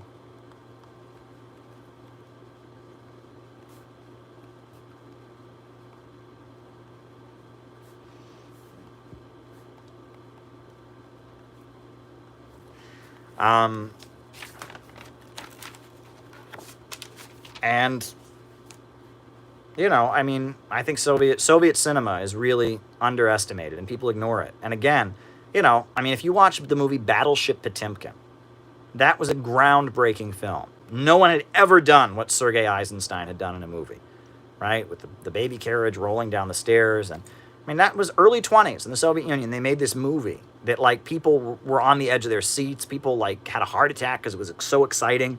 It was this amazing movie the Soviet Union made, right? The Soviet Union did amazing stuff. Listen to the music of Shostakovich. right? Shostakovich, one of the most loved composers, Soviet communist, right? And the Soviet Union in gymnastics, they did amazing things. In ballet, they did amazing things. I mean, the Soviet Union in the 1930s, during the 5-year plans, did real miracles. And no one ever gives them credit for that. And people say, oh, the Soviet Union failed, communism failed everywhere it's ever been tried. It's like they've like written all this amazing stuff out of history. It's really sad. And Soviet cinematography is one of those. I mean, Soviet cinema was amazing. Unions and socialism. Well, I mean, labor unions, right? We wouldn't have unions if it weren't for socialism. If given the chance, would you debate Michael Knowles? Sure. Yeah, probably. Yeah. Or Steven Crowder. Probably. Yeah, I would debate them. Probably. The answer is probably. I'd have to look into it. But probably. Labor unions wouldn't exist if it weren't for socialists and communists, right? It was socialists and communists that built the labor movement, right? The first working class movement in the history of the world was the Chartist movement in Britain. And even they had socialistic ideas. I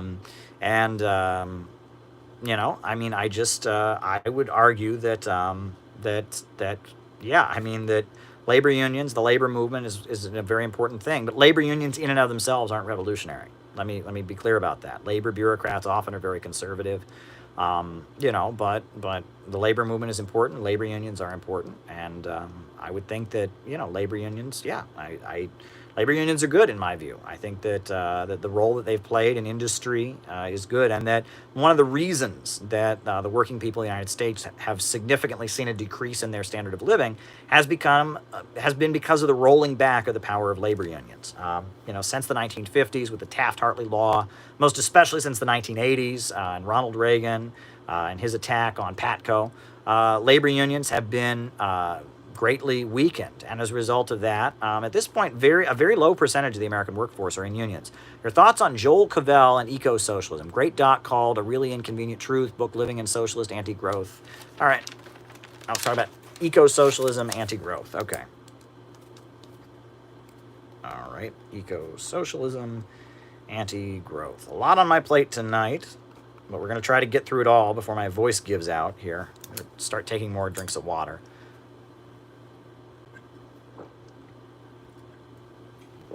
Wow. A lot of questions tonight on a wide variety of topics, but I'm answering them all. You super chat me, you will get an answer. Some of these might be quicker than others, but there you go. So yeah, unions I think are very important, and that in socialist societies, workers should have representation, right? And in socialist countries, they tend to have unions and representations on the job. Debates about the nature of labor unions were key in the early years of the Bolshevik Party. You can read about that. The workers' opposition. Leon Trotsky called for militarizing the labor unions.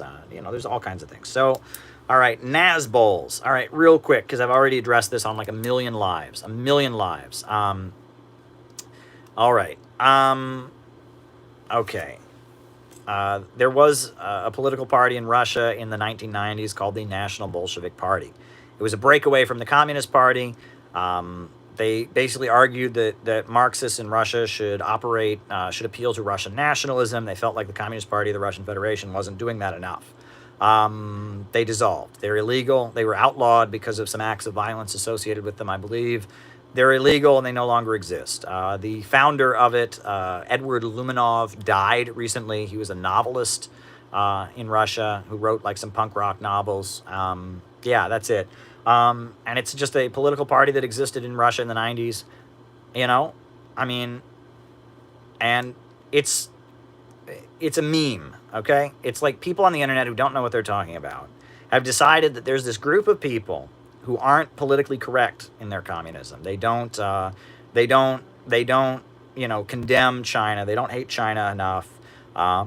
They don't spit on all workers who vote for Trump. They actually engage in right-wing conversations with right-wing workers and try to win them to socialism. So therefore, they're Nazbols. And no, they're not. They're not Nazbols, because Nazbol is a party in Russia in the 1990s. And I think these people think that Nazbol is like Nazi communist or something, but it's not. It's not. Nazbol is just a political party that existed in Russia, but these people think that because its name is Nazbol, which is short for National Bolsheviks, they think that somehow this means that there are these communists who are kind of like Nazis or something. It's basically a slur that has been invented for anti-imperialists, right? Nazbol. The only person I've ever met who called himself a Nazbol was the person I debated. I had a debate with Eric Stryker. And if you listen to that debate, Eric Stryker is not a Nazbol. Eric Stryker is a Nazi, right? Eric Stryker opposes communism and Marxism. Eric Stryker admires Adolf Hitler. If you do that, you are not a Nazbol. You, thoughts on Putin's article about World War II revisionism. Very good. Writing it down. Eric Stryker. He calls himself a Nazbol, but he's actually a Nazi. And he's the only Nazbol that I have ever met, and he ain't no Nazbol. So this whole Nazbol thing is really stupid. But it's a way, it's kind of like, Vosch saying that if you don't agree that China is guilty of mass genocide in the Uyghur regions, you're just the same as a Nazi. It's part of, and this has been a central plank of Trotskyism and, covertly, insane, pro-imperialist leftists for a long time, is equating anti-imperialists with Nazis. And this Nazbol meme is a big part of that. And I've said that a million times, and now I'm going to move on to my next point. Eric Stryker is an awful person who's a Nazi, and he's a Nazi, and he calls himself a Nazbol, and he's the only Nazbol I've ever met, and he's a Nazi, and Nazbol is not a thing. Okay, labor aristocracy, right?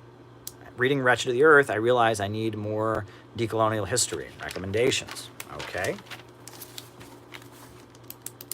They're just pouring in tonight. Wow. Great. Well, I'm glad I can answer all your questions. Okay.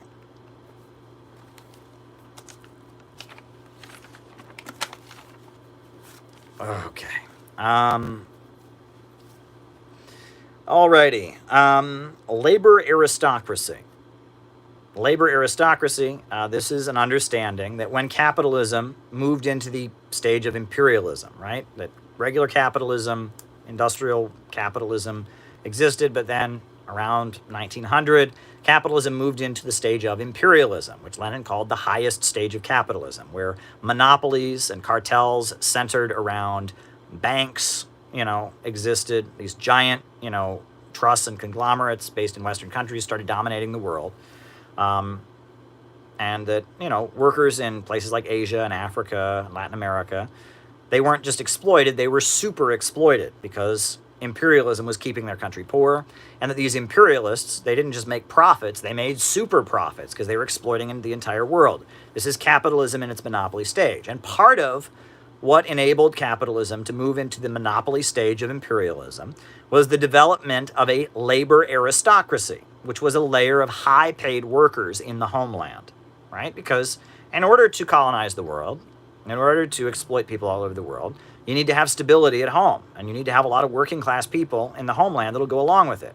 And if you're making super profits all over the world, you can afford to pay some workers higher than others.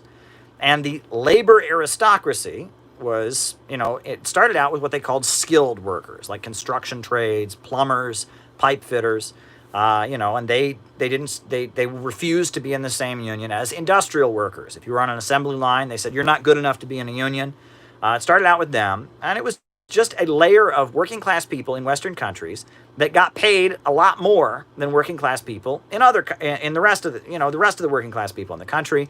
And as a result, they were more conservative in their views, and they were more supportive of imperialism. They often were identifying more with the capitalist bosses than with the workers that were poorer. And they were big supporters of imperialism. And it's because of the domination of the socialist groups in Britain and the United States and France and Germany that World War I happened, because the lower levels of the working class, the poorer workers, were anti-war, but the labor aristocrats, the high-paid skilled workers that dominated the socialist parties and the labor unions in the Western countries, supported World War I because they supported imperialism, and they allowed World War I to happen. And that basically, when capitalism enters its stage of imperialism, this layer within the homeland develops of highly paid workers who look down on other workers in the homeland, right? And in the United States, especially after the Second World War, the labor aristocracy really expanded, right? That you had, factory workers, steel workers, auto workers who got paid a lot. They got, very high wages. And so they tended to be racist. They tended to be pro-war. In some cases, they would even go beat up anti-war activists, and they identified imperialism. They felt like that American flag and that empire got them their house and their car in the suburbs and their white picket fence home, and so they were loyal to imperialism because they got bought off. They got a crumb. The imperialists gave them a crumb of their super profits, and that's what labor aristocracy is. And what's going on now is that the imperialists are demolishing the labor aristocracy. The labor aristocracy is being demolished right now. The standard of living, that previously existing stable industrial middle class of the United States that was loyal to empire, is disappearing right now. And their wages are dropping, and their living conditions are awful, and their kids are living a life of low wage. Daniel DeLeon and the SLP versus the IWW. Any thoughts? I think DeLeon called for an... Okay, we'll talk about that. Damn. I got a lot to talk about. I'm not sure how long my voice is going to hold out. I might have to start giving short answers here, but we'll keep going. SLP versus IWW. All right. I'll happily talk about it. Okay, so, right now the labor aristocracy is being demolished, and that creates a basis for a lot of solidarity. That's why there's so many white young people that support Black Lives Matter, because they don't have, if they had the higher pay, if they were in the labor aristocracy, they might be more racist. But now they're working alongside people of color at service sector jobs. They're suffering, they're facing police brutality, and it's the demolition of the labor aristocracy that defines the period we're living in. And that's one thing we need to understand. The labor aristocracy is being eliminated by the American ruling class and by the whole Western world. So that's just a fact. And that's what changes the game. And a lot of the way socialists and communists learned to act during the Cold War was based on a huge labor aristocracy existing. Socialists and communists assumed they would never recruit middle Americans to be socialists because they were too comfortable. They were too bought off. Well, that's changing. Bernie Sanders is very popular. A lot of Trump voters voted for Bernie Sanders. So the labor aristocracy is being demolished, and it creates a new level of solidarity. And there's hope for overcoming racism and building a class struggle, working class movement. So there you go. Okay, balkanizing China. I'm going to be real quick on this. Balkanizing China has been the plan of Western imperialism since the beginning. Since the beginning, the Western imperialists have been trying to balkanize China. The Tibet Civil War, right? In the 1950s, the CIA gave military training in Colorado to all kinds of Tibet separatists, these supposedly peaceful monks that Hollywood told you were all a bunch of pacifists singing Kumbaya and the Dalai Lama and all that. They weren't pacifists. They got military training in Colorado. They were airdropped into Tibet, and 400,000 people died in the Tibet Civil War of the 1950s, which you never hear anything about. People ignore it. People pretend, oh, that never, the Dalai Lama is just a kumbaya man. No, he's not. The Tibet separatists killed hundreds of thousands of people in the mountains of Tibet. They murdered, murdered literacy volunteers. They burned healthcare clinics to the ground. The Tibet Civil War was an attempt to balkanize China. Hong Kong was a British protectorate for a long time, not part of the mainland, right? Eventually it was given back to the mainland, but the imperialists, balkanized Hong Kong. Taiwan calls itself the Republic of China, has been part of China since before Christopher Columbus came to the United States. It's an island, but the people there speak Chinese. They have Chinese culture. It even considers itself to be part of China, but after the revolution, the counter-revolutionaries, the KMT Nationalist Party, Chiang Kai-shek, fled to Taiwan. So, yeah, the imperialists have always been trying to balkanize China. That's been their goal, their plan to break apart China. That's what they've been trying to do this for years, and there you go. That's all there is to that. Okay. There you go. I mean, I'm sure that there are ethnic separatists and Uyghur separatists with ties to the Western capitalists. There's no question about that.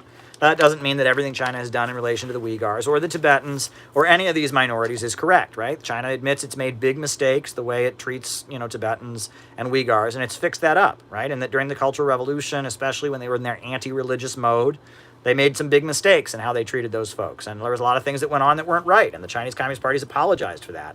And one of the main things the Chinese Communist Party does now is fund Muslims and fund Tibetan Buddhists. And they actually have all kinds of programs to train people to become Buddhist monks in Tibet, to train people to become Muslims in the Uyghur regions, as long as you're not advocating violence and terrorism, right? If you're a sensible person who just wants to be a clergyman, They will pay you. The Chinese government will pay you to become an imam in the Uyghur regions. They'll pay you to become a Tibetan Buddhist in Tibet, right? And so they've reversed themselves. They used to be, very insensitive to those cultures. They've changed, and I think that's good.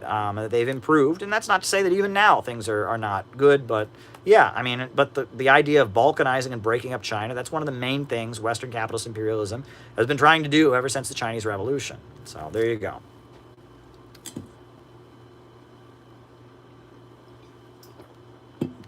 All right, DACA.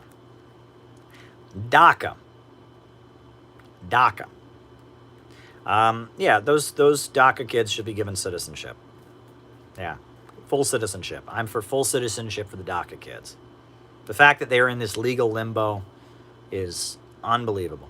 And I have deep... It's just morally outrageous what has happened to the DACA kids, right? They came to the United States under the age of 18, and they're stuck in legal limbo. It's so wrong. I'm morally outraged by it. I'm for full citizenship for the DACA kids. Anti-immigrant bigotry is wrong. And, I've criticized the left. I don't think slogans like open borders now are smart, but I am totally against all anti-immigrant bigotry. I'm morally outraged by how the DACA children, what they've been subject to, it's not right. And it's unbelievable how they've been in this legal limbo for so long. It's wrong. And I'm fully in favor of giving full citizenship immediately to all the DACA kids. Alrighty. Okay, so I was asked, what do I think of PSL, FRSO, and CPUSA? And they were separate. CPUSA was a separate question. PSL and FRSO was the same. Okay, folks, here's the thing. I'm going to start out answering this question by requesting that you don't ask me things like this. Okay?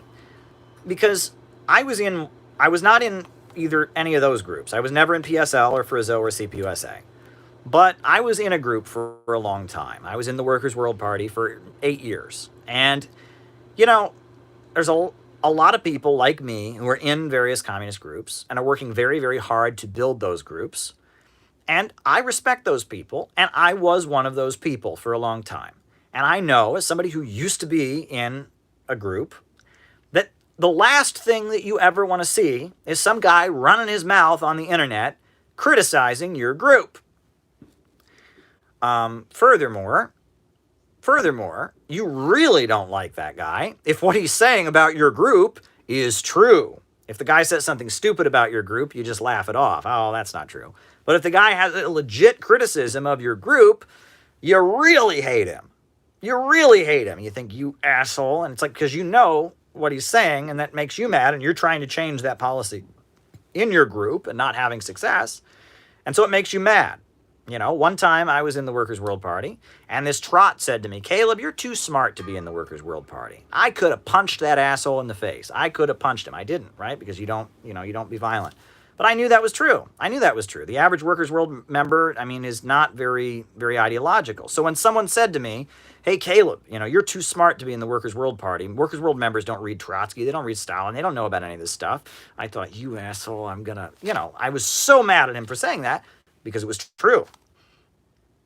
Right? So, you ask me about PSL, FRSO, and CPUSA. I have criticism of all of those groups, right? CPUSA is the group that I probably have the most sympathy for of all three of those groups. But regardless, there are things about all three of those groups that I could criticize. And, I formed the Center for Political Innovation, CPI, a think tank, not a party, a think tank, because I think that we need to get to the masses. We need to get out of the movement and get to the masses, and there's a need for ideological education. And I don't want to compete. And people that are in PSL, that are in FRSO, and in CPUSA are totally welcome to work with me around building the Center for Political Innovation. You're welcome to come to our events. You're welcome to be part of the organization. Anybody's welcome. So, I'm not hostile to people in those groups at all, and there you go. And I'm going to request that you don't ask me questions like this, because I feel like this is kind of like getting to be a little bit elementary school or high school, right?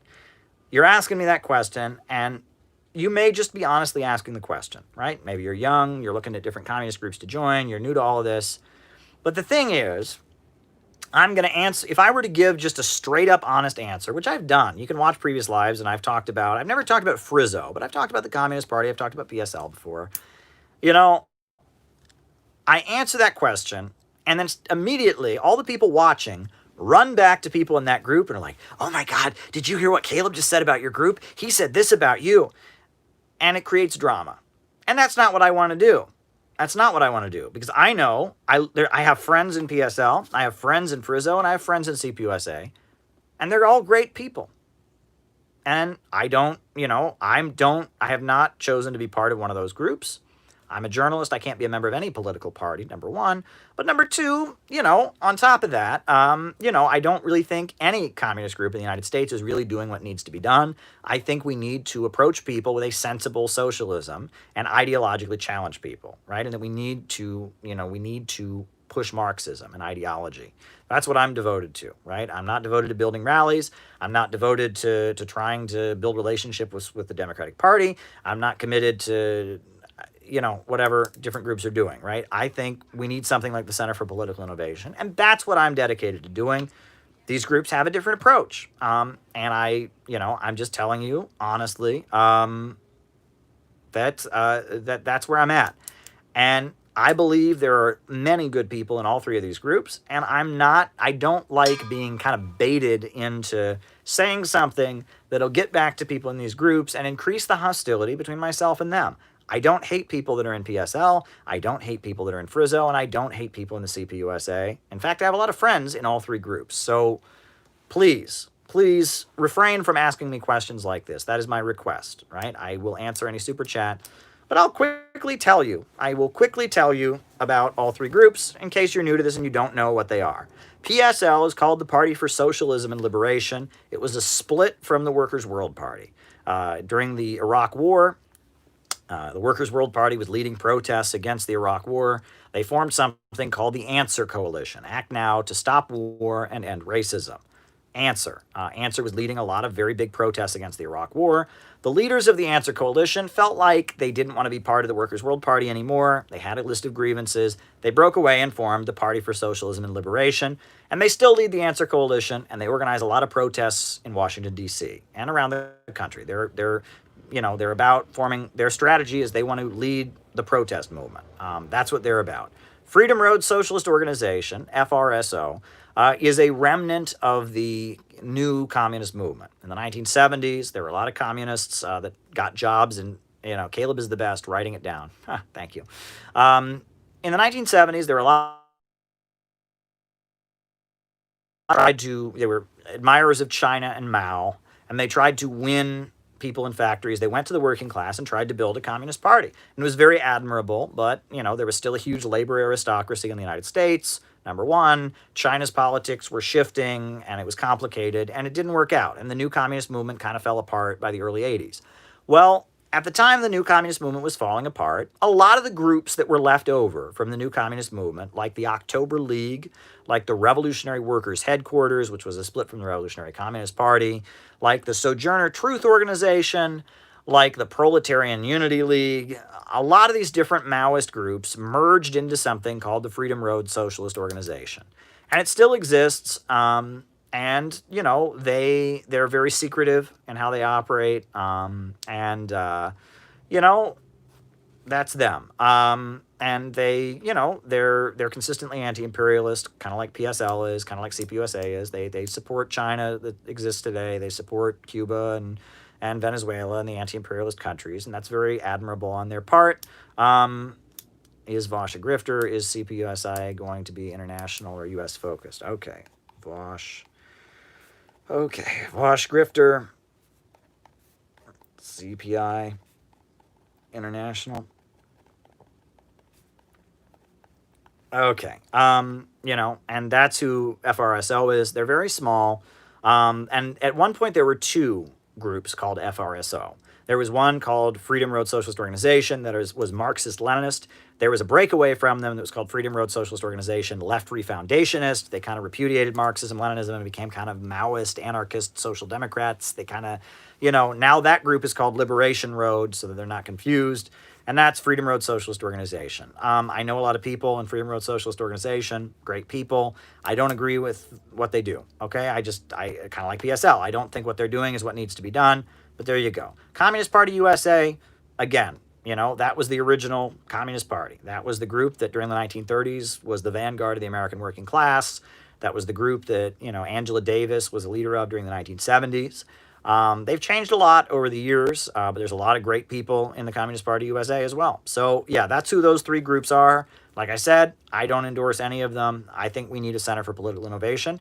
But members of PSL, members of Freedom Road Socialist Organization, and members of CPUSA are totally welcome to work with me on CPI. I consider you all to be friendly people. You're all my comrades. Maybe you don't like me. Maybe you do. That's between you and me or whatever, right? I have no hatred for any of these groups.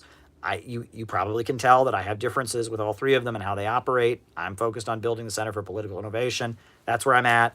And I would ask that you please don't ask me questions like this, because this will just increase hostility. And I don't want to do that. I want to get along with people in those groups. Okay, Takfirism in Syria. All right, so what is Takfirism? All right, that's a good question. What is Takfirism? What is it? Well, in Islam, if you kill another Muslim, that's called a takfir, right? That's what it refers to. And the Takfirism, it's a slur. People don't call themselves Takfiris, but it's people that are a certain kind of Muslim that believe, you know, they're aligned with Saudi Arabia. They're Wahhabis, really, but they believe, the reason they're called Takfiris is they believe that it is okay to murder other Muslims for straying from the faith. They believe that Shia Muslims, for example, are not real Muslims, so it's okay to kill them, right? They believe that, that Sunnis that are a little more moderate than they are not real Muslims, so it's okay to kill them. Takfiris, they also believe in suicide, right? Suicide is something you can't do in Islam. Islam condemns committing suicide, but they believe that it's okay to be a suicide bomber. That's what Takfirism is. And it's not, people don't go around calling themselves Takfiris. It refers to Wahhabis, right? Followers of Saudi Arabia, the sectarian, very extreme form of Islam that is based out of Saudi Arabia, like Osama bin Laden, like ISIS, like Al-Qaeda, those folks, other Muslims generally call them Takfiris, saying that they're committing a sin because killing another Muslim in Islam is called takfir. So they're saying they're not Muslims because they're Takfiris. They believe in killing other Muslims. That's what the term Takfiri refers to. And that Takfiri ideology mainly comes out of Saudi Arabia. Saudi Arabia has promoted Takfirism all over the Middle East and all over the world. In India, there were Takfiri schools that were called Deobandis, right? Sometimes people call Takfiris Salafis. Sometimes they call them Wahhabis. Sometimes they call them Deobandis. But it's the same shit. And it's a fanatical, violent, extreme distortion of the Islamic faith that believes in killing people and wants to set up basically an autocracy. They believe in an absolute monarchy. They believe in eating with three fingers because the Prophet Muhammad ate with three fingers, so they eat with three fingers, and they're like violent Amish people, right? They don't believe in technology. They believe in a literal, go back to exactly the way things were in the 1400s, and they kill people. So imagine the Amish, wanting to go back to, the 1800s, but they kill all of the other Christians because they all think all the other Christians are phonies. That's what Takfiris are, not nice people. And the CIA, let me add this, the CIA and Zbigniew Brzezinski had a policy of funding these people and using them against the Soviet Union. They knew that the Muslim world was very anti-Soviet because the Soviet Union was atheist. And in Afghanistan and all over the Middle East, the CIA worked with the Saudis to set up Wahhabi, Salafi, Takfiri schools all over the Middle East and preach this vile, hateful, primitive, barbaric ideology. Takfirism is disgusting. It's evil. It's fascist. It's fascism, really. I mean, it's a form of fascism. And the CIA and Western capitalism have used Takfiris as foot soldiers against against socialism around the world. And in Syria, Saudi Arabia and the United States have backed Takfiris to try and overthrow the Syrian government. In Iraq, they backed Takfiris against Saddam Hussein. They've supported Takfiris against Iran. Takfiris call Iran Shia apostates and want to kill them. It's vile, and Takfirism is evil, and it's awful, and I condemn Takfirism loudly, and I condemn U.S. imperialism and Western capitalism for supporting it.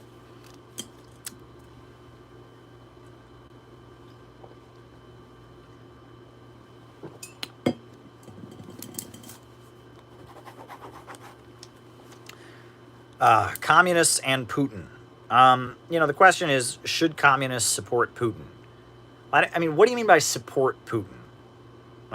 That's like a silly question. That's constantly thrown at anybody. If you're against the USA destabilizing Russia, do you support Putin? Well, I don't vote in Russia. I'm not a Russian citizen. Okay? The Communist Party in Russia is not Putin's party, but they tend to align with him on a lot of issues. They're certainly not part of the pro-Western liberal opposition. There is an opposition in Russia that's pro-Western, pro-capitalist, wants to, make Russia more of a Western capitalist free market country. Communist Party is not their view, but they're critical of Putin in some ways. Putin is an anti-imperialist leader, and he saved Russia from the disaster of the 1990s. During the 1990s, Russia was implementing free market policies, and the country was falling apart, and Putin came in and, reoriented the economy around the state, around Gazprom and Rosneft, and he's done a lot of things to, stabilize Russia, to make the economy better, to raise people out of poverty. He's anti-imperialist, so there's a lot of good things about Putin. There's plenty to criticize too. So, yeah, I'm not here to, tell Russians who they should vote for. The Communist Party of Russia has a lot of problems also, right? Jeff Munson, was an American MMA fighter. He went to Russia. He joined the Communist Party, but he had a falling out with the Communist Party. He felt like the Communist Party had a lot of problems, and now he's with Putin's party, I believe. He's part of the United Russia Party. So, and Putin is no longer a member of any political party. He actually quit the United Russia Party, which he started. Now he's just Putin. He's not in any political party. So it's complicated. Russian politics is very different from American politics, okay? As someone who's been there and covered the Russian elections, I'm telling you that it's not like America. It's not like you have two major parties, and it's not that simple at all. It's much more complicated. Putin has done a lot of great things in Russia. There's plenty to criticize also. Communist Party, I have a lot of respect for them, but there's plenty to criticize about them as well. There's other parties in Russia, that are it's complicated. It's complicated. That's what I'm going to tell you. And I'm not on here to shill for any world leader, right? I think we should study what Putin has accomplished. I think we should study what Xi Jinping has accomplished. I think we should study Bolivarianism. I think we should study Baathism. I think we should study what Iran and the Islamic Revolution has accomplished. I'm not for blindly following anybody. I'm for looking into what the facts are. I'm for opposing Western capitalism and imperialism. So I hope that answers your question. I wonder if the person, well, whatever. Okay. Someone asked me about over-socialization, and they said that they were particularly moved by what I said about over-socialization. Great. I'm glad that you're moved by it. Over-socialization is a huge problem, and we need to figure out, how we can overcome over-socialization. I'd like to develop workshops and methods where people can overcome their over-socialization, become stronger, take stands that are not popular, and not learn to conform, learn to have their own principles, learn to have an inner bravery that allows them to do heroic things and challenge the status quo. So I'm glad that I moved that person when I talked about over-socialization, and I hope that we can develop methods to fight over-socialization because it's a big problem for our generation. All right, were the Byzantines as reactionary as the Romans? I don't think so. The Byzantine Empire came into existence when the Roman Empire divided. Part of the process of the Roman Empire falling was the Roman Empire divided in two, and the Byzantine was the eastern wing of the Roman Empire. And some people argue that it was more progressive in some ways. There's other people that would argue it wasn't. So I'm not as familiar with the history, but I do believe they were more progressive in terms of how they treated people within the empire and stuff. But I'd have to look into the facts. I don't want to say anything that's wildly inaccurate, but yeah, that's what I understand. Okay. Eco-socialism, right? Eco-socialism, it kind of emerged in around 2006. There was a magazine from Australia called Green Left Weekly. that was kind of promoting Venezuela and talking about how environmental Venezuela was. There were some conferences in New York City and elsewhere where socialist groups, a lot of Trotskyites and others, were talking about environmentalism and global warming and how socialism was the answer. And socialism has done a lot in terms of global warming. China is the world's leading producer of solar panels. China is, leading, the funding to get us off of fossil fuels. Venezuela has really pushed environmentally friendly policies. Bolivia, when it was led by Evo Morales, has done a lot around that. And I think that you can be an eco-socialist and want a better environment and advocate socialism as a means of solving the environmental problem and not be anti-growth. I think that you can want what China calls sustainable development, meaning you believe in growth, you just don't believe growth is bad, you just want it to be rationally organized and not done on the chaos of the market.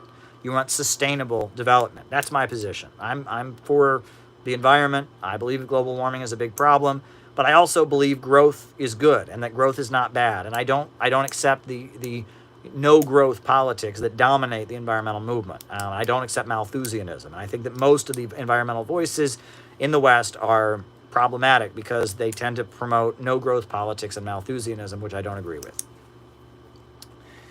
Okay.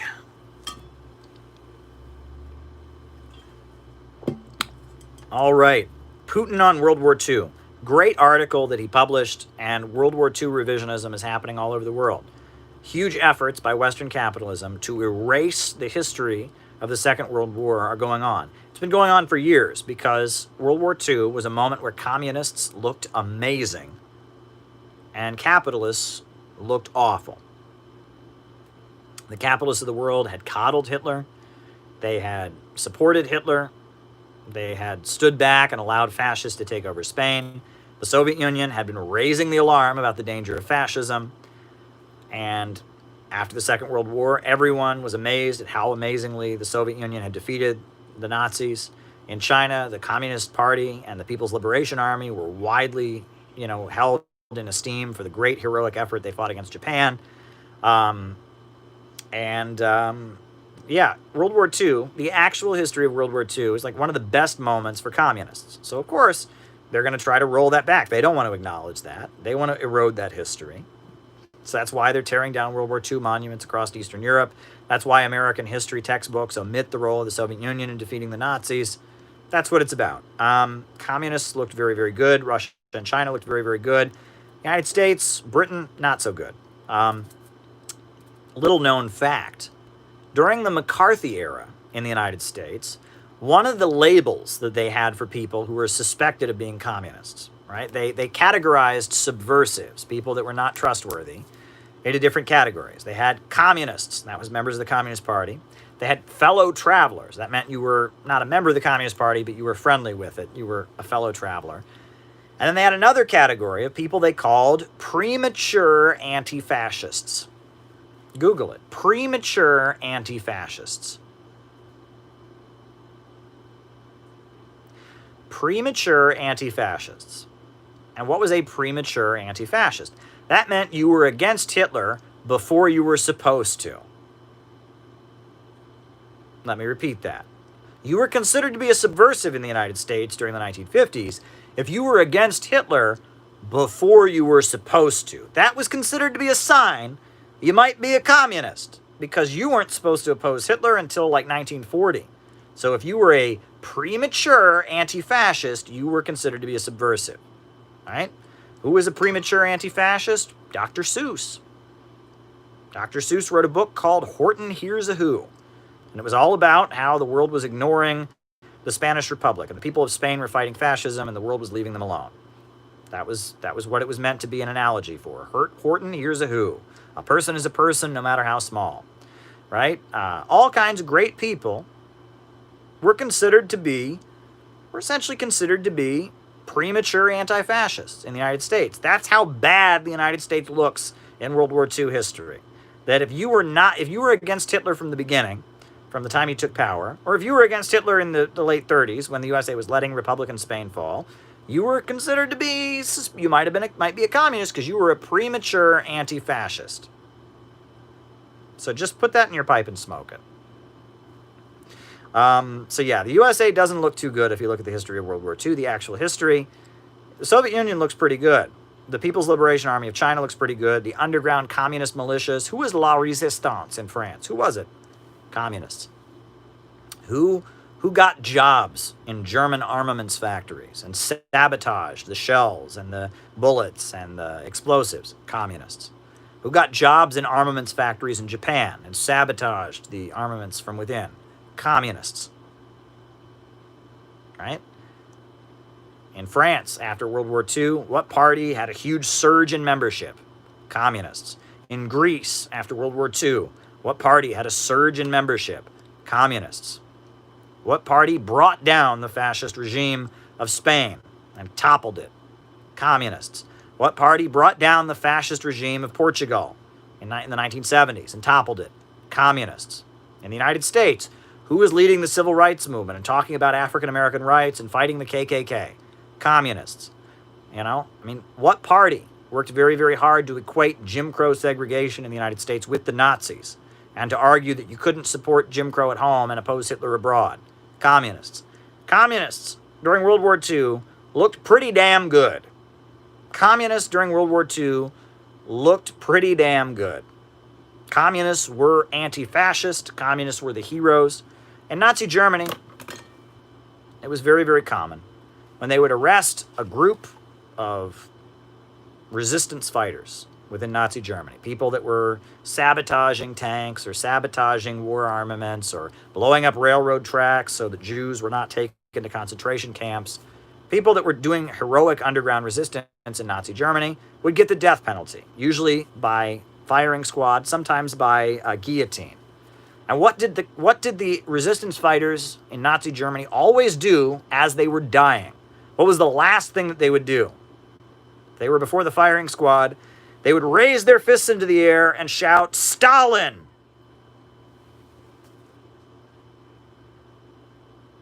I'm not making this up. They would line up a group of anti-fascist fighters, people that would be remembered in history as the ones who were right. While the whole, so many people went along with Hitler and said, well, he's our chancellor, I guess we got to go with it. Well, our government says that Hitler's the good guy. People who didn't go along with it, people who stayed true to anti-fascism and anti-racism to the end, when they would line them up to shoot them in Nazi Germany, when they would, put their heads into the guillotine, the last word from their lips would be, Stalin. Think about that. And that's why Timothy Snyder of Yale publishes books like Bloodlands to try and equate Stalin with Hitler. And that's why they told you in school that Stalin was worse than Hitler. And that's why they've done everything they can to erode and erase the history of World War II. Because World War II makes communists look pretty damn good, and it makes Western capitalism look pretty shitty. I hope I broke it down for you. Sorry for my foul language there. I don't usually swear, but whatever. It's a crazy night. I hope I get through all of this without losing my voice. Okay. De-colonial history. Wow. There's a lot of great stuff. De-colonial history, de-colonial studies is a big thing among academics. But in terms of de-colonial history, I would recommend, the study of Edgar Snow's writings about China. China was a colonized country. Colonized, taken over, chunks of it controlled by the Western imperialists. Edgar Snow wrote beautiful books documenting the entire process of China's decolonization. Great stuff. There's a very good book called Neo-colonialism, The Last Stage of Imperialism by Kwame Nkrumah, an anti-colonial leader of Ghana in Africa, an anti-imperialist revolutionary. I think Gaddafi's Green Book is a great book of anti-colonial decolonization history. This is not the stuff you would read, right? Wretched of the Earth, Frantz Fanon is generally who you read in decolonial studies. But I would recommend reading, again, communists were the original anti-fascists, communists were the original decolonialists. Just being real with you. Walter Rodney wrote a very good book called How Europe Underdeveloped Africa. And it talks about how Africa was kept, climate change. Why can't capitalism cure climate change? All right. There's a great book, How Europe Underdeveloped Africa. So I hope those titles are helpful to you. There you go. Okay. SLP versus the IWW. All right. So the Socialist Labor Party was the first major Marxist party in the United States. It was led by Daniel De Leon. The IWW, the Industrial Workers of the World, was a socialist, anarchist, syndicalist labor union that was formed. And originally, the SLP, led by Daniel De Leon, was part of the IWW. But they had a disagreement. The SLP believed that the IWW should be a propaganda organization, that the IWW should go around preaching socialism. The Wobblies, the people who started the IWW, they wanted to do direct action on the job, in the workplace. And they fought it out, and eventually they kicked out the SLP. And that's why, still to this day, the IWW has a rule that it does not align with any political party. The IWW does not support any political party, and that's because Daniel De Leon was a founding member of it, and the SLP was part of it, and the IWW and the SLP, they didn't get along, and they kicked the SLP out. IWW was a syndicalist group. They believed in only direct action on the job. They didn't believe in signing contracts, because they said if you signed a contract with your employer, that meant the capitalist has the right to exploit the worker. They didn't believe in signing contracts. They didn't believe in voting. They believed in only direct action on the job. That was the IWW. SLP, on the other hand, believed that they were going to go around preaching socialism, running socialists for office, etc., and eventually the socialist movement would organize what they called a great general strike that would overthrow capitalism. That was the difference. The Socialist Labor Party was a propaganda organization. IWW was a direct action organization. That's the difference between the two groups. I hope that sums it up. There you go. Is Vosh a grifter? What's a grifter? I don't know. I mean, he's trying to make money, play video games. I mean, but, I get super chats. I make money. I mean, I don't know. Whatever. I don't think he's a grifter. I don't play that game, right? I think Vosh is politically wrong, right? That's the thing. Whatever happened to people just being wrong? Vosh is wrong, right? I don't equate Vosh with Hitler. He equates me with Hitler. I don't equate him with Hitler. I think he's wrong. I think he's a jerk. He's not a nice person. That's because of interactions I've had with him and his reputation on the internet. But,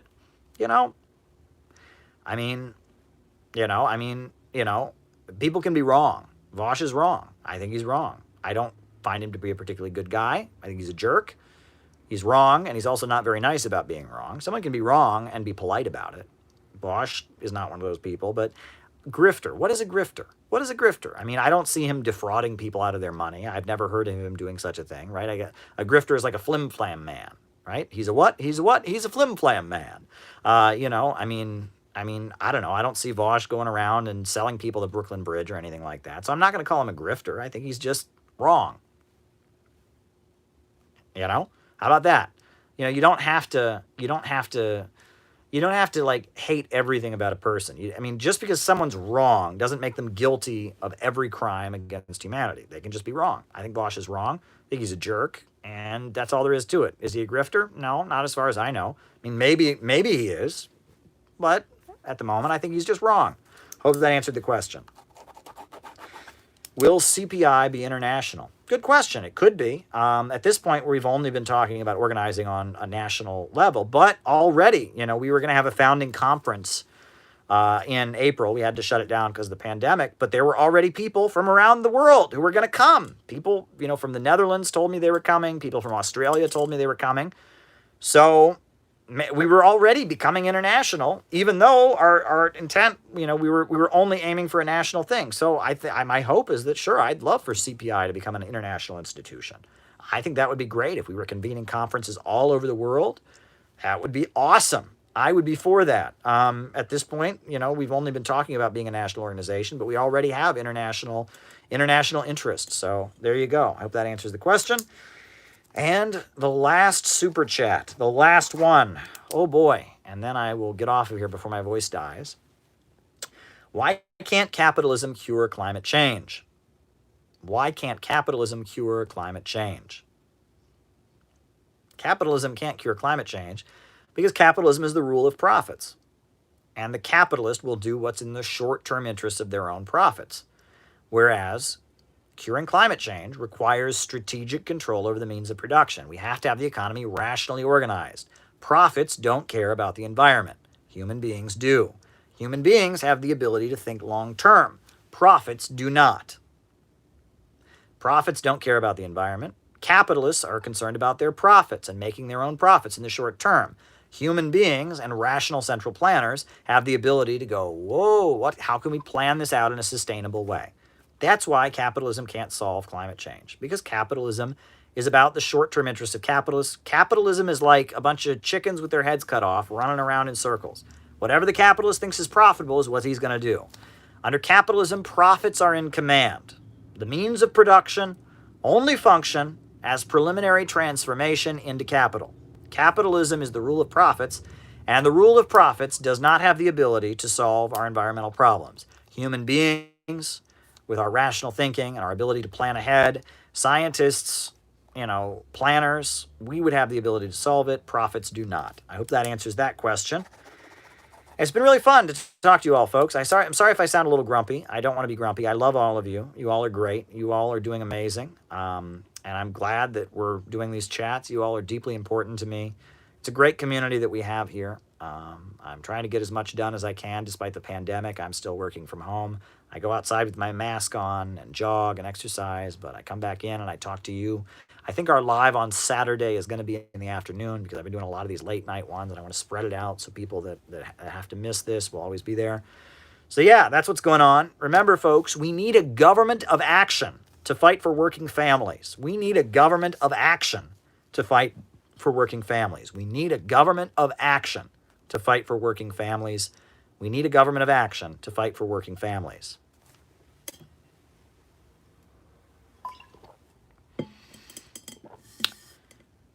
A new upsurge in the struggle against U.S. imperialism is now emerging throughout the world.